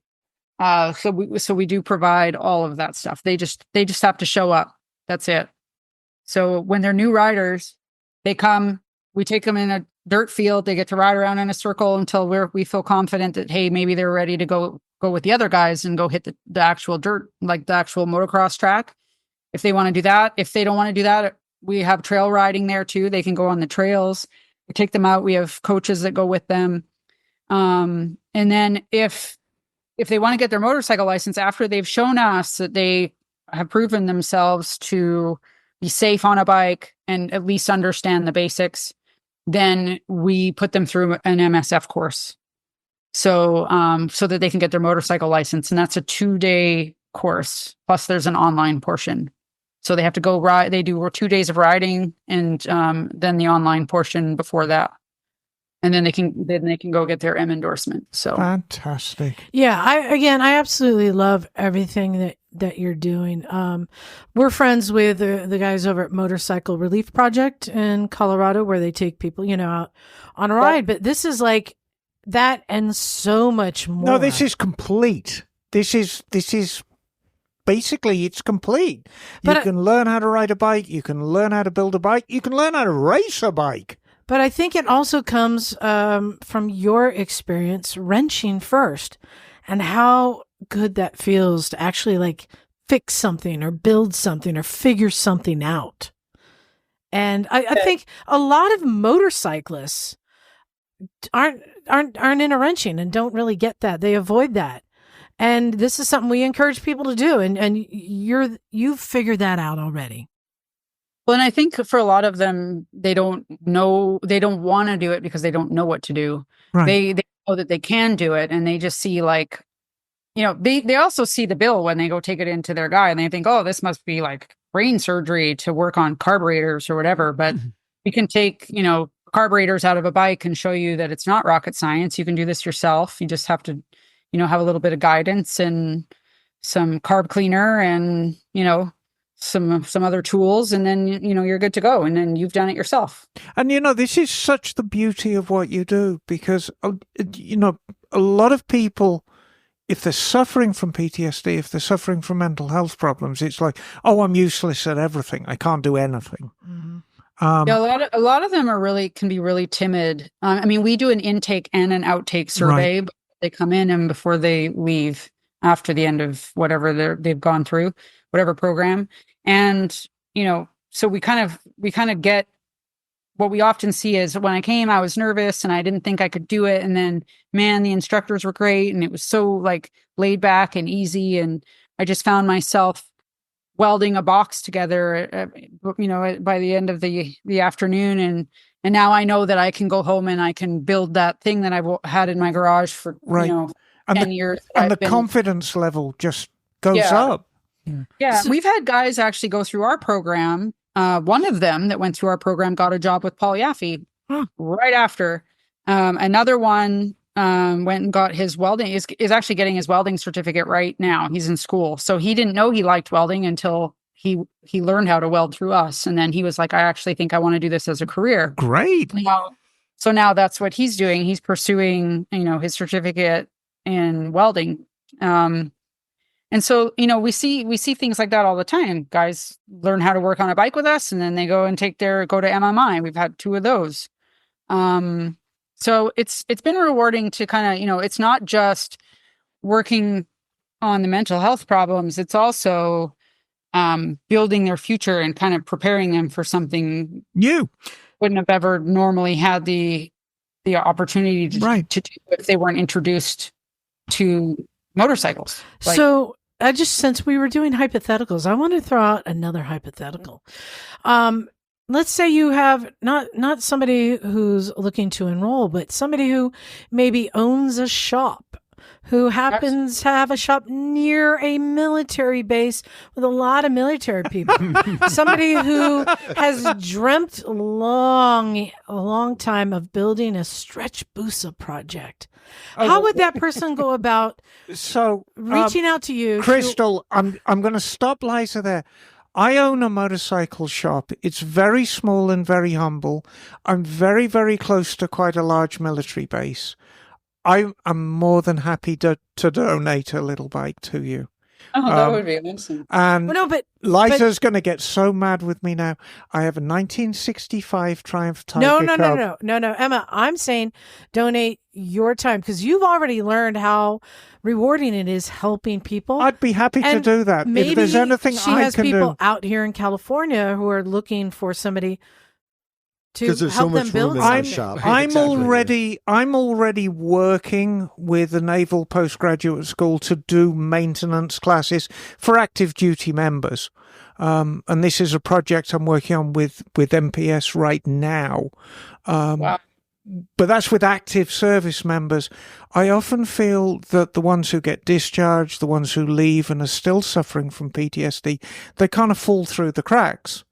And if there's anything I can do to help those guys, I'd be thrilled to be involved with it. So, well, and here's the other thing to remember, or maybe you don't know, but when they say the statistics for suicide is about 22 a day, that's on the going average of what they say the suicide rate is among veterans.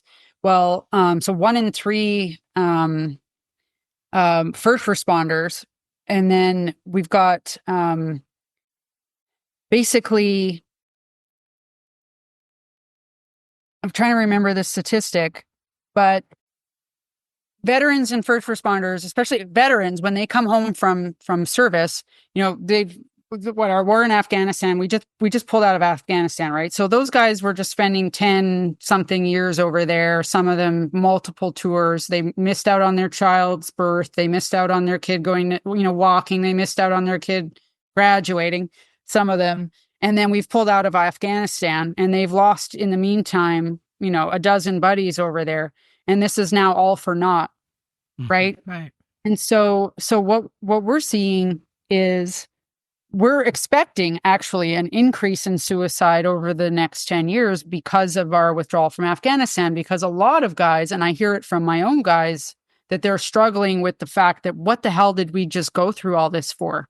right. What we do any of this for if we are we've just left everything in the hands of the enemy and turned over our allies to the enemy and just right. What the hell did we go there for? So a lot of guys have been really struggling with that. And what I was trying to get at, and I kind of blanked, was the suicide rate. They say 22, but then that does not include those who die of drug overdoses. Mm-hmm. Is almost double, and they're not including those in the suicide rate. They're calling them chemical injury or something like that. So they say 22 vets a day kill themselves, and then another 20 or so from injury, chemical injury or something. And they're talking about drug overdose. So really the statistic is far higher than what we're talking about when you start thinking about the number of guys who kill themselves through, taking drugs. Right. So in the new year, Krystal, I would like to reach out to you, and Absolutely. maybe we can chat and put something together for 25 or 26. You bet.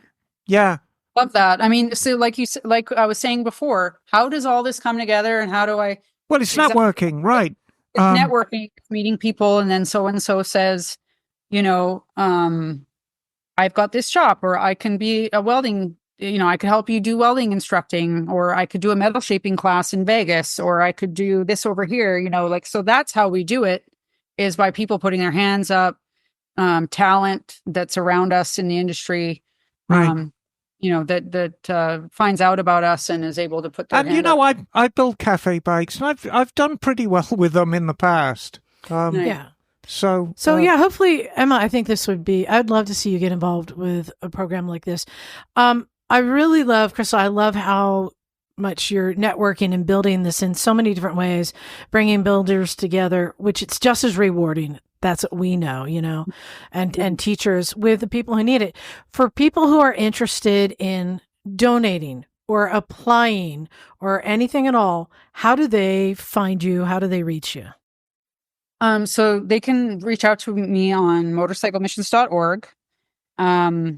There is a form there you can fill out to send me an email as well. But it's my email is info@motorcyclesandmisfits.org.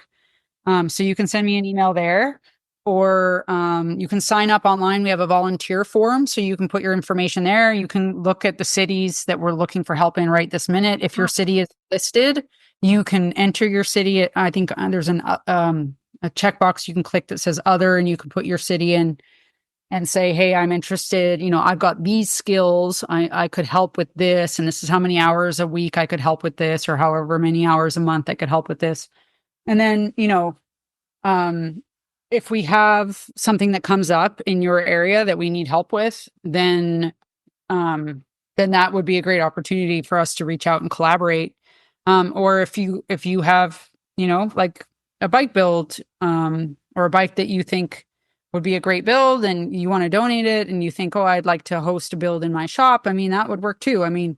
We would at that point need to figure out, how are we going to raise the money for it? What are we going to do to it? What's the budget? And then we either look for a sponsor to cover the costs, or we just cover the costs, or, we just figure it out. We get sponsors, donors, things like that, just to donate different parts of the build. So based on your website, it looks like you take in-kind donations of parts and bikes and all those kinds of things. You take gear sponsorship money. You also take program sponsorship money. So $500 covers the cost of 5 riders riding in the MX factory. Somebody out there in our listening audience can give $500 to sponsor 5 riders, I'm sure. And then, like you said, sponsor a bike build. Can people make stock donations to you also? Sorry, what kind of donations? Stock donations. Yeah. So, like on our website, there's a corporate sponsorship button. So you can go in there as a corporation and sponsor that way, or you can go in and do, any dollar amount. You can do it a one-time donation, a monthly donation. If you're interested in a particular program, like let's say you're interested in a fire station at, down the street from your house, and you have a CT70 sitting in your shop, and our budget for a CT70 build is about $5,000. That's what it costs to do what we do on those builds.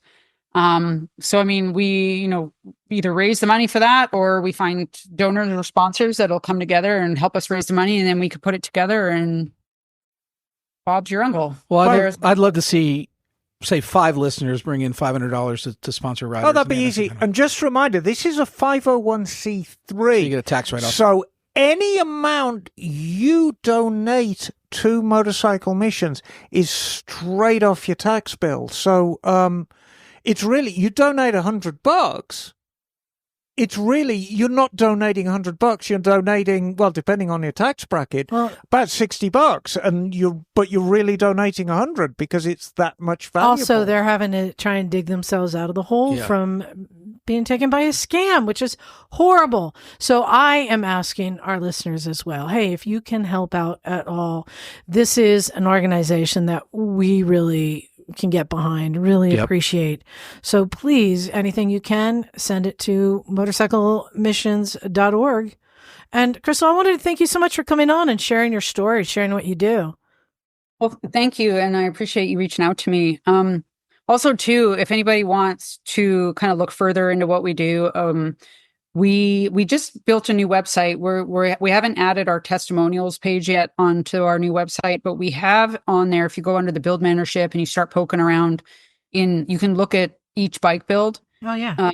There should be videos of each of the bike builds that we have, that we did a documentary on. We have documentaries and videos of like the different builds. If another way to find them is YouTube. So you can go to YouTube, find Motorcycle Missions YouTube channel, and we've got a whole bunch of videos there. Everything from, we did a documentary on our first bike build all the way to, we have one on there, I think from State Farm as well, from our 15th bike build. So you can watch the different documentaries from different programs that we have, different interviews with our vets, talking about their build, talking about the excitement, talking about, the reveal, the this and that. And you yourself can kind of get a little bit closer sneak peek of what we do and the guys that we serve. And I would like to add, you have a great looking cat. Oh my God. Oh my goodness. Well, you only got like a side angle of him, but he is gorgeous. I'm not biased. And I have another one. I don't know where he is. He's probably sleeping. Well, all cats are the best cat, and that's science. I know all cats are best cat. I know. That's science. I understand. All right. Awesome. Well, it's been lovely talking to you, Krystal, and I promise we will reach out in the new year. I really think we're going to have a little bit of a future working relationship together. Let's collab. Absolutely. I love it. That's how this thing grows. So the more veterans and first responders we can reach, the more of an impact we can make in our communities. I mean, these guys to me are heroes. And I think they deserve it. I think they deserve our support. And you better believe it. They deserve everything we can do to help them. Are the coolest thing ever. And where would we be without them? Right. I mean, motorbikes are great. I don't know where, in fact, I do know where I was before motorcycles. And I was not in a great place, but I can say my life has done a complete 180 since they've been in my life, despite all the circumstances getting me there. I can say that they've done remarkable things for my life, and I'm absolutely loving watching the lives of my vets and first responders change. Sometimes the best ideas are born out of great trauma, and I think you're the living proof of that. Thanks, Krystal. Thank you so much. And I'll put a link in the show notes for anyone who wants to just click on that and go on over to motorcyclemissions.org. Awesome. All right. Thanks. And keep us in the loop. If you have any announcements in the future you want to make, just reach out to me. Let me know. I will. Thank you. All right. Thanks. Talk to you soon. Hey. Thanks. Bye, everyone. Bye. Now, great interview. And I know it's a little longer than we normally do, but this is a fantastic story, and what a wonderful program. So in the whole theme of giving, I have an interview. I pre-recorded this that I'm going to drop in here so people in the room won't be able to hear it. But there's a question that a lot of people have been asking that I provide an answer to. And that question is, what is the perfect gift to give to any motorcyclist? And these are not KTM socks. I do have those. I know you do. I was there when you bought them. They might be vintage here real soon. And to me, and I will say, full disclosure, this is a sponsor of our show, somebody who has given us cameras that we have given away. I really do think that the perfect gift is an Insta360 camera, because you think about every style of riding. If you're touring or dirt biking or blogging or just whatever, scooterists, anyone can use it. And you also... Oh, not scooterish, yes, surely. Even scooters. Oh, no. Really? Yes. Only if they're sobbing. So, They usually are. So I talked to our friend at Insta360, Michael Shaboon, to find out from him why he thinks that Insta360 is the best gift you can give. Shaboon. Let's hear that now. So I have brought on Michael Shaboon from Insta360, who is a sponsor of the show and has given us the gift of giving cameras away to listeners. So I wanted to thank you for being a sponsor of the show and letting us give away cameras. We got you on the show because we were talking about what is the perfect gift to give a motorcycle rider. And to me, it suits so many people across so many platforms. It would be an Insta360 camera. So Michael, can you tell us why you think your cameras are the best gift for a motorcycle rider? Yeah. So thank you for having me on, Liza. It's awesome to be back here. So for those of you who are new to Insta360, we have a variety of products that may suit your need a little bit differently. But the product that I'm going to focus on today is called the X4. It's our flagship product. The way it looks is it looks like a camera of the future. It has a lens on the front and a lens on the back. And using the Insta360 software, both lenses are seamlessly combined into one image. So you can pan around in full 360 without moving the actual camera. And that's become somewhat of an innovative way of capturing specifically for motorcycle enthusiasts, because when you use a traditional action camera, it's really hard to get the right angle for your shot. You're either mounting it on your helmet and pointing it forward and getting a shot of the road. You're mounting it on your handlebars, and a lot of the time that you're cut off, right? You might only see a few angles, and you're not seeing your whole body in frame. With an Insta360 camera, you can mount it in any direction, any orientation, and you're always going to get the shot. And it doesn't matter where it's pointing. And that's why people love it, because a lot of people who ride motorcycles, they want to enjoy their ride. They don't want to have to worry about am I getting the right shot on the camera? Yeah. So that at its core, that's what makes our product so special. But there's all these other features. What a lot of people are surprised to hear about all the time is that Insta360 is a software company. Right. So using innovative software, we're able to make the user experience way more premium than it was using a traditional action camera. And what do I mean by that? So we integrate for motorcycle enthusiasts. We integrate with Cardo and Senna. Yeah, that's awesome right there. And that says that you guys are making a camera for motorcyclists.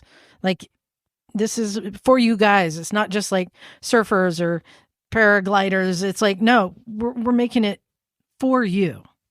That's it. That's exactly it. It's not a product that's adapted from another industry that can work for motorcycling. It's built with motorcyclists in mind.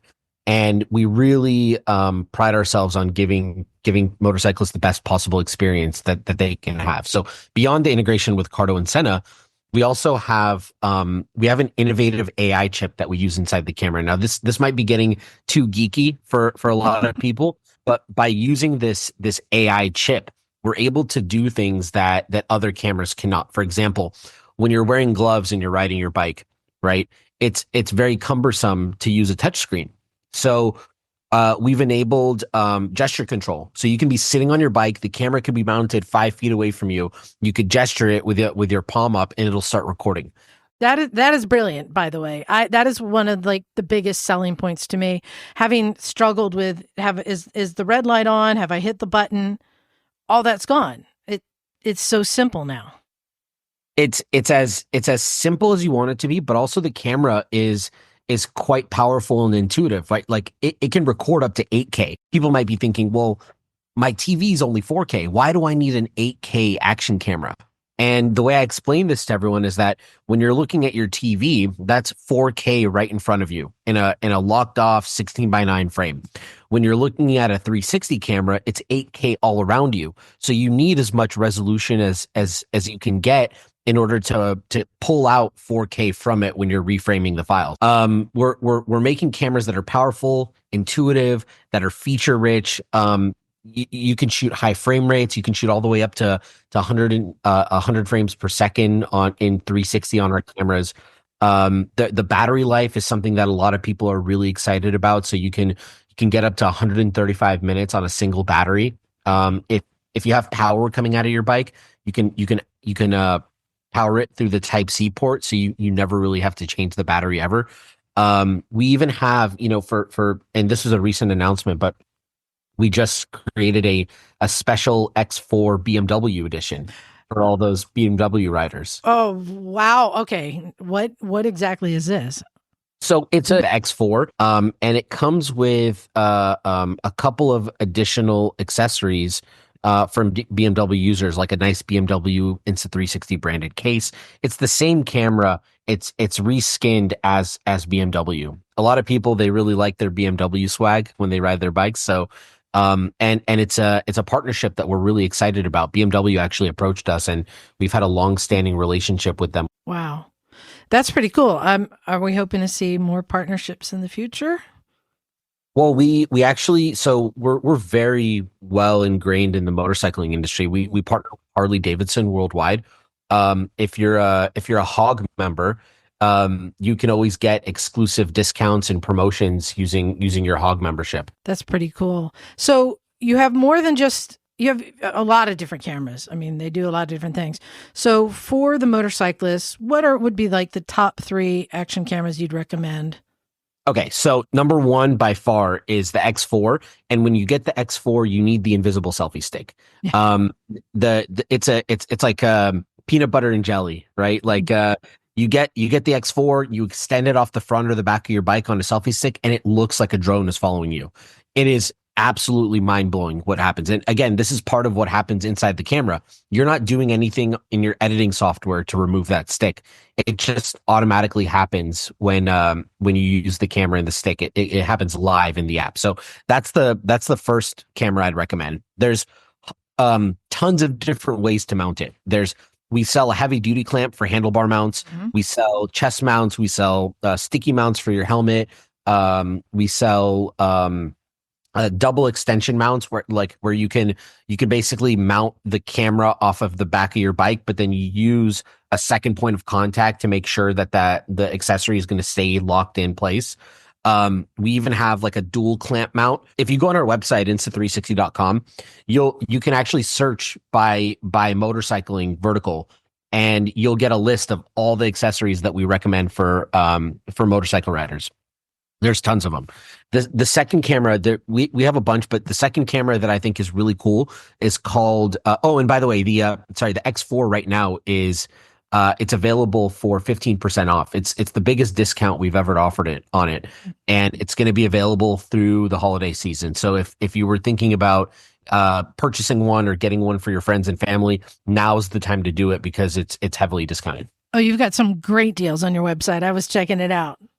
We do. We're usually very generous for the holiday season. The second camera that I would consider looking into if size is an issue, we have a camera called the Go 3S. It's the world's smallest stabilized action camera. It's about the size of your finger, and it can magnetically mount into a bunch of different places. It comes with 3 accessories. It comes with a pendant that you slip under your shirt, and you attach the camera to the top of your shirt, and then it doesn't go anywhere. There's a hat clip that you can attach. It's a clip that can be mounted on other things, not just a hat. And then the camera slides in magnetically there. And then there's a third. It's like a sticky base mount with a 1/4-inch thread that you can use to attach it to other things. And there's also a hard mount attachment. So like if you wanted to put it on your bike when you're going to be driving fast, then you can. It's an action mount adapter that's compatible with pretty much any accessory that you would need. And that camera is cool because it's 35 grams. So a big complaint that we hear from a lot of people is, well, that GoPro or that other camera, it's too big for my head. I don't want it weighing me down when I'm riding. It's unsafe. So this camera, you're not even going to feel it on your head. We have a lot of people who do racing series, and right. when you're on the track, you physically can't have anything protruding out from you, or it creates safety concerns. The camera, the Go 3S, is small enough where you can literally insert it into your helmet and get like a true POV of whatever you're seeing on the track. And that's a perfect use for it on the track. Didn't even think about how you don't want to have an action camera. You can't, because you can't have something that can fall off and get on the track. It's exactly it. So it's compact. It's easy to carry with you. It comes with a charge case. So the camera itself has internal battery and internal storage. So you never have to worry about pulling out your micro SD cards or managing data. You can just connect the computer, your computer to your camera directly and download footage, or you can use the Insta360 mobile app, which is unbelievable for editing content. If you don't have any editing experience and you just want to get good footage out, always use the mobile app, because we have things in there like auto editing software, AI tools that will make your content come out really, really nice. And the camera itself, it has 45 minutes of battery in it, but it comes with a charge case with a flip up screen. So you can put the camera in that charge case and it'll charge it 3 additional times. So you're going to get, over 160 minutes of total battery life on that camera. Which is a ton for a camera that small. Yeah, I'm just thinking of all the things I could use it for, running that long, because I've always been worried about the battery. You can't leave it running too long, or suddenly you're like, battery low. It's good for clips. Yeah. Like if you want to record 30-second, 1-minute clips throughout the day, it's really, really good for that. If you want to record longer videos, 10 minutes, 15 minutes, I would always lean towards the X series, because it has no limitations on the amount of recording. What I've seen a lot of people do is they'll mount the Go 3S inside their helmet, but then they'll take the action pod, which is the charge case that comes with it. They'll mount that on their handlebars and they'll flip the screen up so they can always see wirelessly what the camera is seeing when it's them. And that's the other really unique feature of the Go 3S, is that the camera can wirelessly communicate with the action pod. And you can preview whatever the camera is seeing when it's not in the case. And that's an awesome feature that nobody else is doing. Okay, so those are 2 great cameras.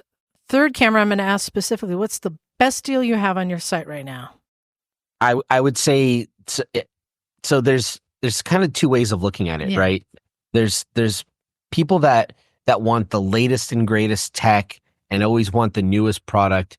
I would say the X4 is the best deal. So it's $425 right now. It's normally $500.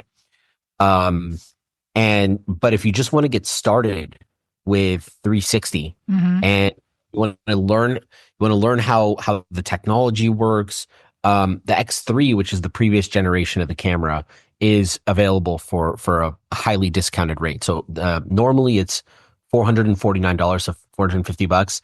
And if you get it during the holidays, it's $330. So you're going to save $120 on that camera. The thing that I tell people is it's the iPhone 15 versus the iPhone 16. Yeah. They're really good phones. They both do approximately the same thing. The X4 will just future-proof yourself for a little bit longer. But the differences are X4 does 8K, X3 does 5.7K. The invisible selfie stick, all the accessory compatibilities, they're all the same. The front-facing screen, that's touch, that's similar on both cameras. The X4 can do higher frame rates, so if you want to shoot like slow-mo stuff, then you would go with the X4. But mostly it's apples to apples, right, at that point. So people who have been using the X2 and the X3, they really appreciate the upgrade over the X4 because it gives them new features. People who are just like, I want to wrap my head around what this technology is and I want to just get something going, then it's perfect. You can use it for safety and insurance purposes. I know that's a big use case for you. Yes. Yeah, I was going to say, and that's why I say that this is a great gift for somebody, especially somebody who does just commuting on their bike, a lot of riding, to be able to have a camera on you going all the time as a safety device to capture whatever's going on there for insurance reasons, for just learning about, how you could have handled a situation differently or who's at fault. It's just great to have as a tool on your bike all the time. I can't tell you how many people have reached out to us after they got into an accident and they said, hey, this 360 camera that we got from you saved my life because the person was coming from behind me and clipped the tail of my bike. And had I had my traditional action camera always pointing forward, I would have never been able to show the insurance company that this guy hit and run me. We even had one person that used the 8K to zoom in on a license plate of a person that hit and run him. And they were able to find that person using the footage that they got from their X4. So it is a must-have only in that respect for any person that rides motorcycles. I couldn't agree with you more. And we are going to put a link in our show notes so that you can go to see all the deals that are had. And you guys have given us a coupon code so our listeners can get a little something extra. If you use the coupon code INRSH5L, you'll be able to get, so you've added extra little things. It's different cameras have different things it comes with that are best suited for that. But I appreciate that little extra gift that you guys are giving out. So that is my recommendation. What is the perfect gift for any rider of any style? If you're a commuter, if you're riding on the track, if you're a weekend cruiser, a Insta360 camera, which to me is the new industry standard for an action camera for motorcycling, is the best gift you can get anyone. So thank you very much for coming on and sharing all the info. I'm always happy to join and appreciative that you have us on here. I think we touched on the surface of a lot of things. Yeah. You guys want to get more information, you can go to our YouTube channel. We have tons of videos out there from instructional tutorial videos to just cool showcase content to really demonstrate what you can get with your X3 or X4 cameras. And if that's not enough, we have a very active Facebook user community group. It's the Insta360 X3 and X4 user group. There's about 100,000 people in there that love to engage about how they use their cameras and where they mount them. And so you'll have plenty of information and resources online where you can go and pull more details from. Perfect. Well, thank you very much for coming on. I appreciate it. See you on the next one. Well, cool, blimey, that was informative, wasn't it? Eh? Everybody should go buy a 360. Perfect gift. And I just want to say again, thank you to 360, all the things. Insta360. They make great cameras. And I so appreciate how many cameras we've been able to give away this year that they gave us that we just passed on. You see, if we were a lesser podcast, we'd hoard all this stuff Yeah, and I say, We'd all have one poking but out we of just everyone. give it away. We just give it away. All right. So we have a lot of emails. So Yes. I'm going to say, everyone pick one of your emails. One. That's including you, Bagel. I don't have But it. Bagel, What I I had, I want can't you. read. Yeah, pick whichever one you want, Bagel. But there's one that is challenging me. Somebody got the email that is challenging me. I've picked my favorite So, email. whoever has one, let's go ahead and start reading. Okay, this is a message from Johnny Manley. Johnny Manley. And Johnny, I hope you are manly with a name like that. Of course he is if his name is Johnny. Yes, he's Johnny boy. Aloha, Misfits. Top of the list is to say thank you all for another year of quality audio junk mail. Oh, you're welcome, Johnny. Next year, I must count myself amongst the legions, smitten with Miss Emma. Ooh. I love it when you say Johnny, by the way. Yeah, Johnny. Ooh, I tingle. Light me, Johnny. So here's the meat of the thing now. I'm a California boy living in rural Nova Scotia. Oh, I bet that's cold. Since the mid-1990s. Oh, that's when I came to America, Johnny. I was a young pup out chasing girls and ended up being the one who was lured, caught and tagged. By a Canadian, no less. Lucky lad. Never regretted it, as it has been a nice life here, although I do miss being close to my own family, and winter can play havoc with maintaining a tan. I'll bet. Well, most Canadians I've ever met are like very pink or like white colour.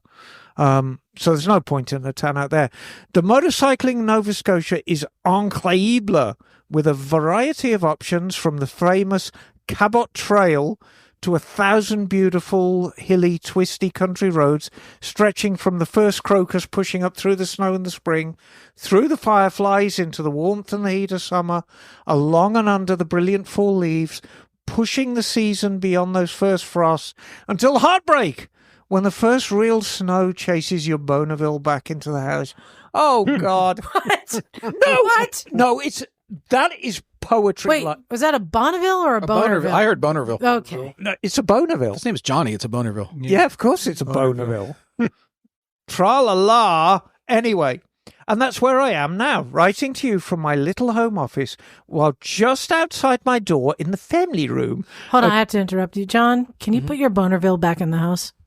My house is too small.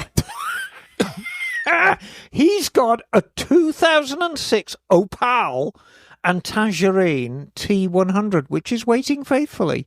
2 days a week, I work from my home where I poke away at the keyboard for half an hour, then go out to polish a few more spokes. Good lad.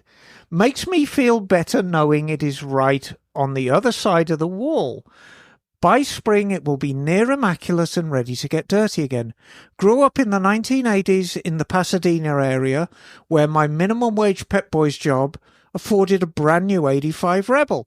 All up and down Colorado Boulevard, up Angeles Crest to Mount Wilson, losing every drag race in the Rose Bowl parking lot, out along the coast, across the desert to the Colorado River with a sleeping bag, bungee corded to the little back cushion seat, was a long ride on the 250, being blown into the shoulder by every passing semi. Hardly a misspent youth. Like many of you, been through a few bikes and a few decades now, but still thinking about throwing a leg over. Well, it's not just my heart that rises. I told you he had a bone of ill. Anyhow, just thought I'd drop a line to say thanks and to say don't worry, because there are plenty of us barnstorming petroleans holding down the fort out here in Canada's ocean playground, pushing the season and dreaming of the next. Simplex Vera.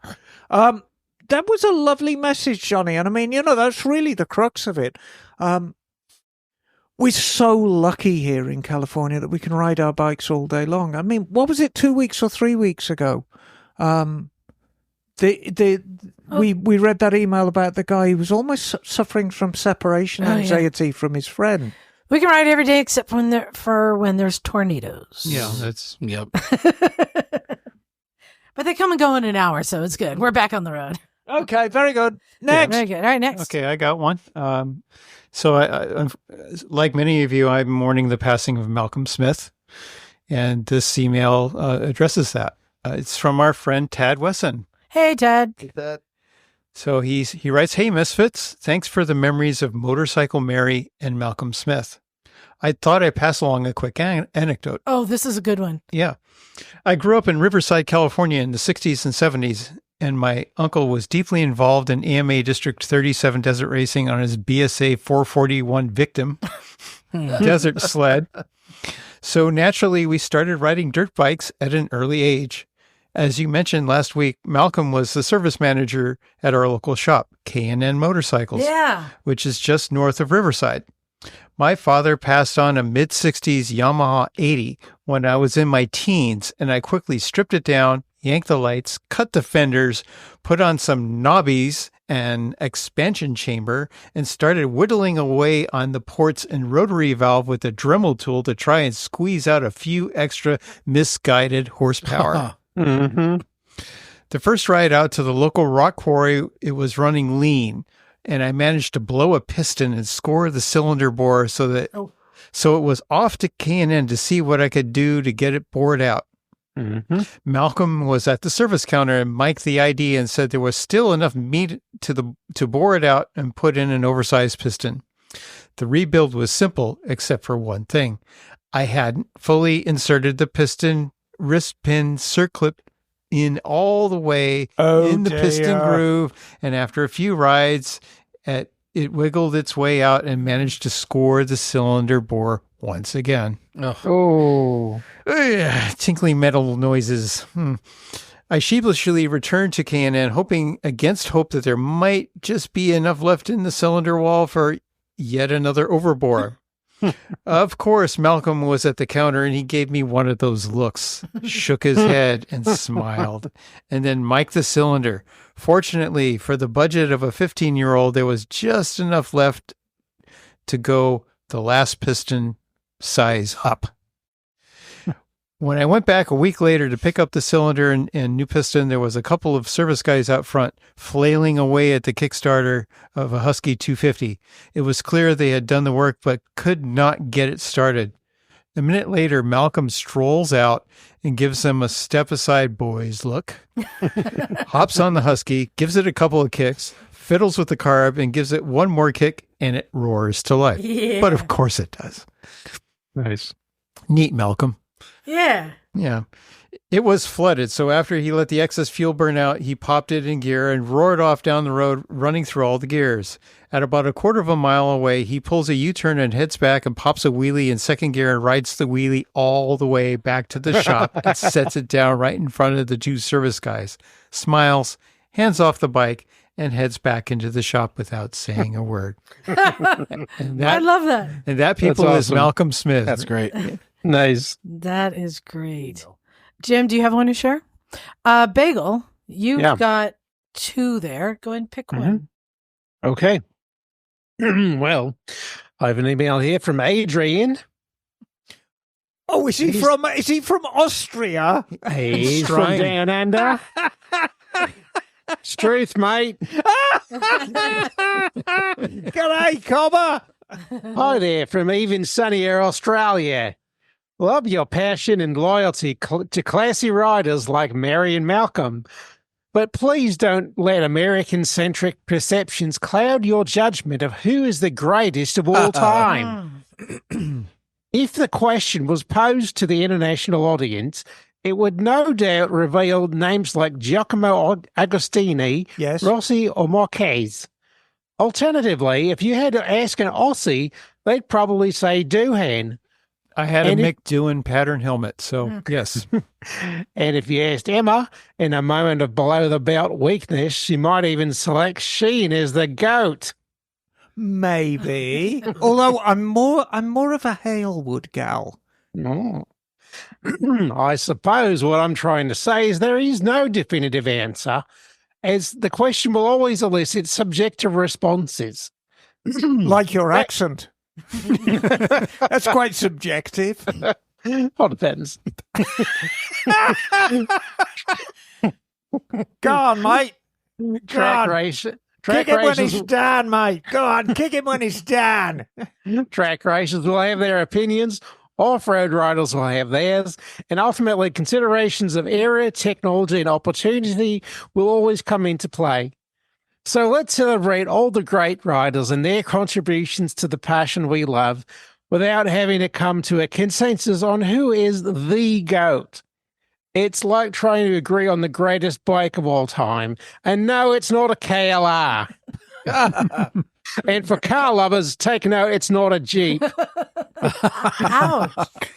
Harsh. Keep up the great work, and thanks for the weekly podcast fix. Bloody ripper, mate. I have a response to this. So, Emma, you weren't here last week. Listen, if you mention your Jeep No, it's once not the more, Jeep. I'm going to stick your microphone up your arse. No, it's not about the Jeep. Okay, thank Christ. No, we did a half an Yeah, hour she last needs a week. Hilux. Yeah. It's all So about the my Hilux. response is, so I made a declaration, as I do last week, that I said that I believe Malcolm Smith is and was the greatest rider of all time. And this is because, and see, he listed racers. And here's my argument. Racers are racing on a track that Well, is Malcolm was a racer. Hold on. That was it's predictable. Every time you go around, you know it's going to be the same. An off-road racer like Malcolm that is racing on not just unfamiliar terrain, but it's changing. Yeah. It's changing every time you go through. Unpredictable. And when he was riding, the technology wasn't there on the bikes. And yes, internationally, he's raced at the International 6 Days. He raced with the best around the world, and he lapped them. So This is why All right. I say All right. he was and is the best rider ever. So I've been thinking about It's this. not for- an American the perspective. last week I've been thinking about this. Spoken And what I'm like gonna an say- American. Is perhaps the best rider ever's last name would be Dunlop. Joey. Yes. It's your man. You talk about changing conditions, you Yep. get that. Yep. Streets, I Yep. mean, the Dunlops, man, brass ones. Yep. How many of them have died? Oh, Lots of them. lots of them. But you watch the that thing Irish is, road racing the- in the rain, it's The nuts. thing is with your man, he was a road racer. He wasn't a track racer. He was a road racer because the Isle of Man Right. is basically a road. It's it's a road race. Yeah, right. But It's a street road race. Yeah.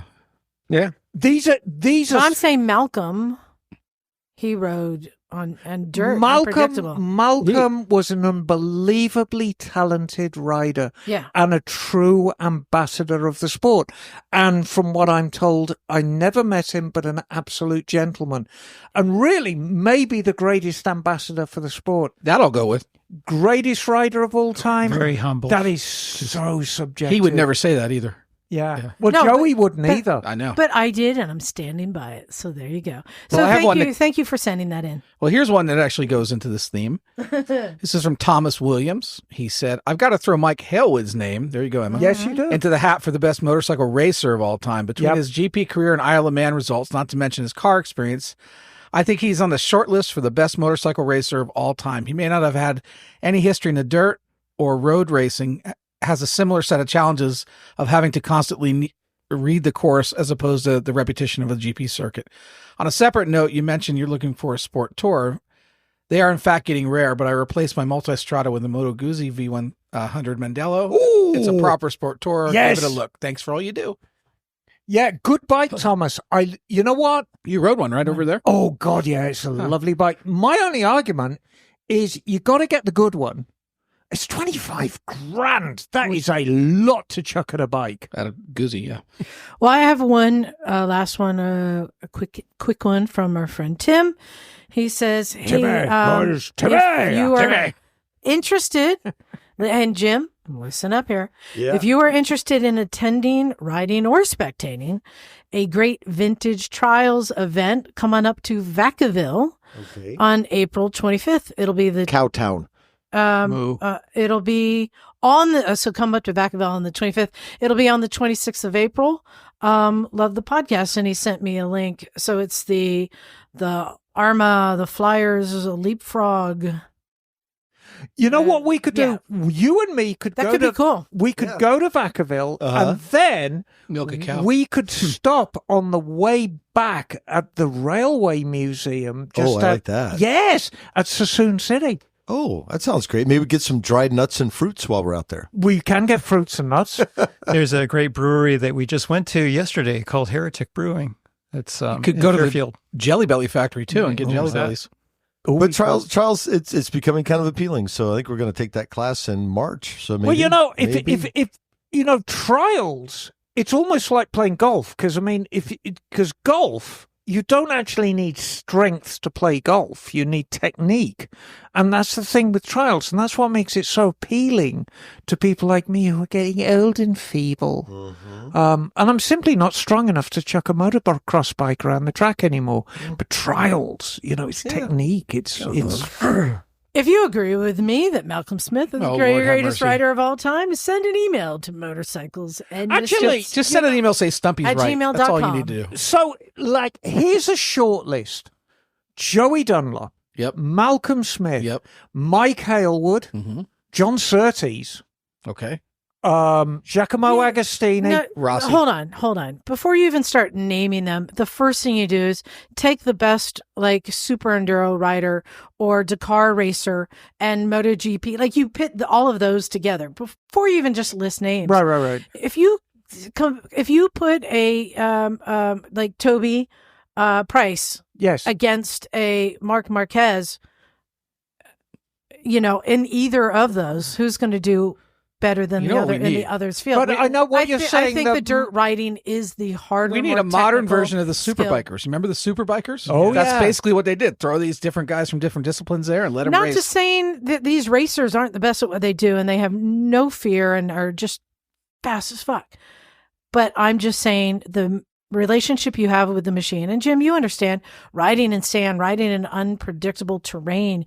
You have to have such a feel for that Well, bike. here- And I know that We're riding the island. Here's Road one riders thing I'll do talk that about. too. Here's one thing I think that speaks to what Emma's talking Yeah. about. If Malcolm Smith makes a small mistake, he's picking himself out of the sand, or he maybe Right. hurt his foot. If Joey Dunlop makes a small mistake, He's off the side of the mountain. he's dead. Yep. You know, the price And to that's- pay on that, and that's that what road happened. racing is just You know- so intense. I think we should agree that there's a commonality amongst all these people, Mhm. and they're all gone. And there'll never be another like. There'll never be another like Malcolm Smith. There'll never be another like Joey Dunlop. Mhm.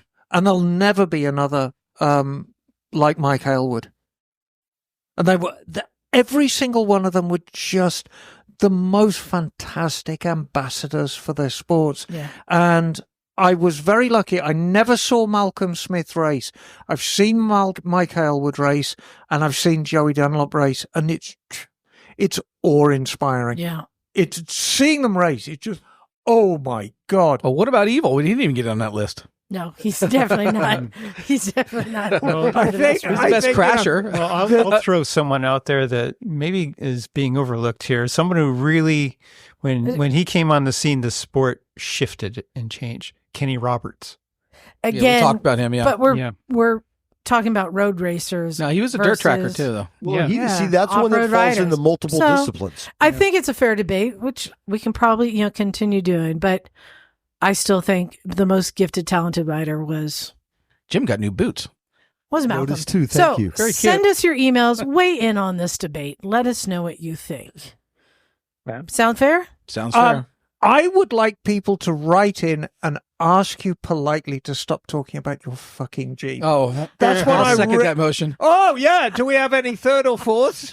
Yeah, I'm thinking like a haiku or Yeah. a limerick about, About why we Liza's should Jeep. not talk or, about Jeeps or anymore. use the Spanish pronunciation, a heap. See. Thanks for all the support, everyone. I really appreciate it.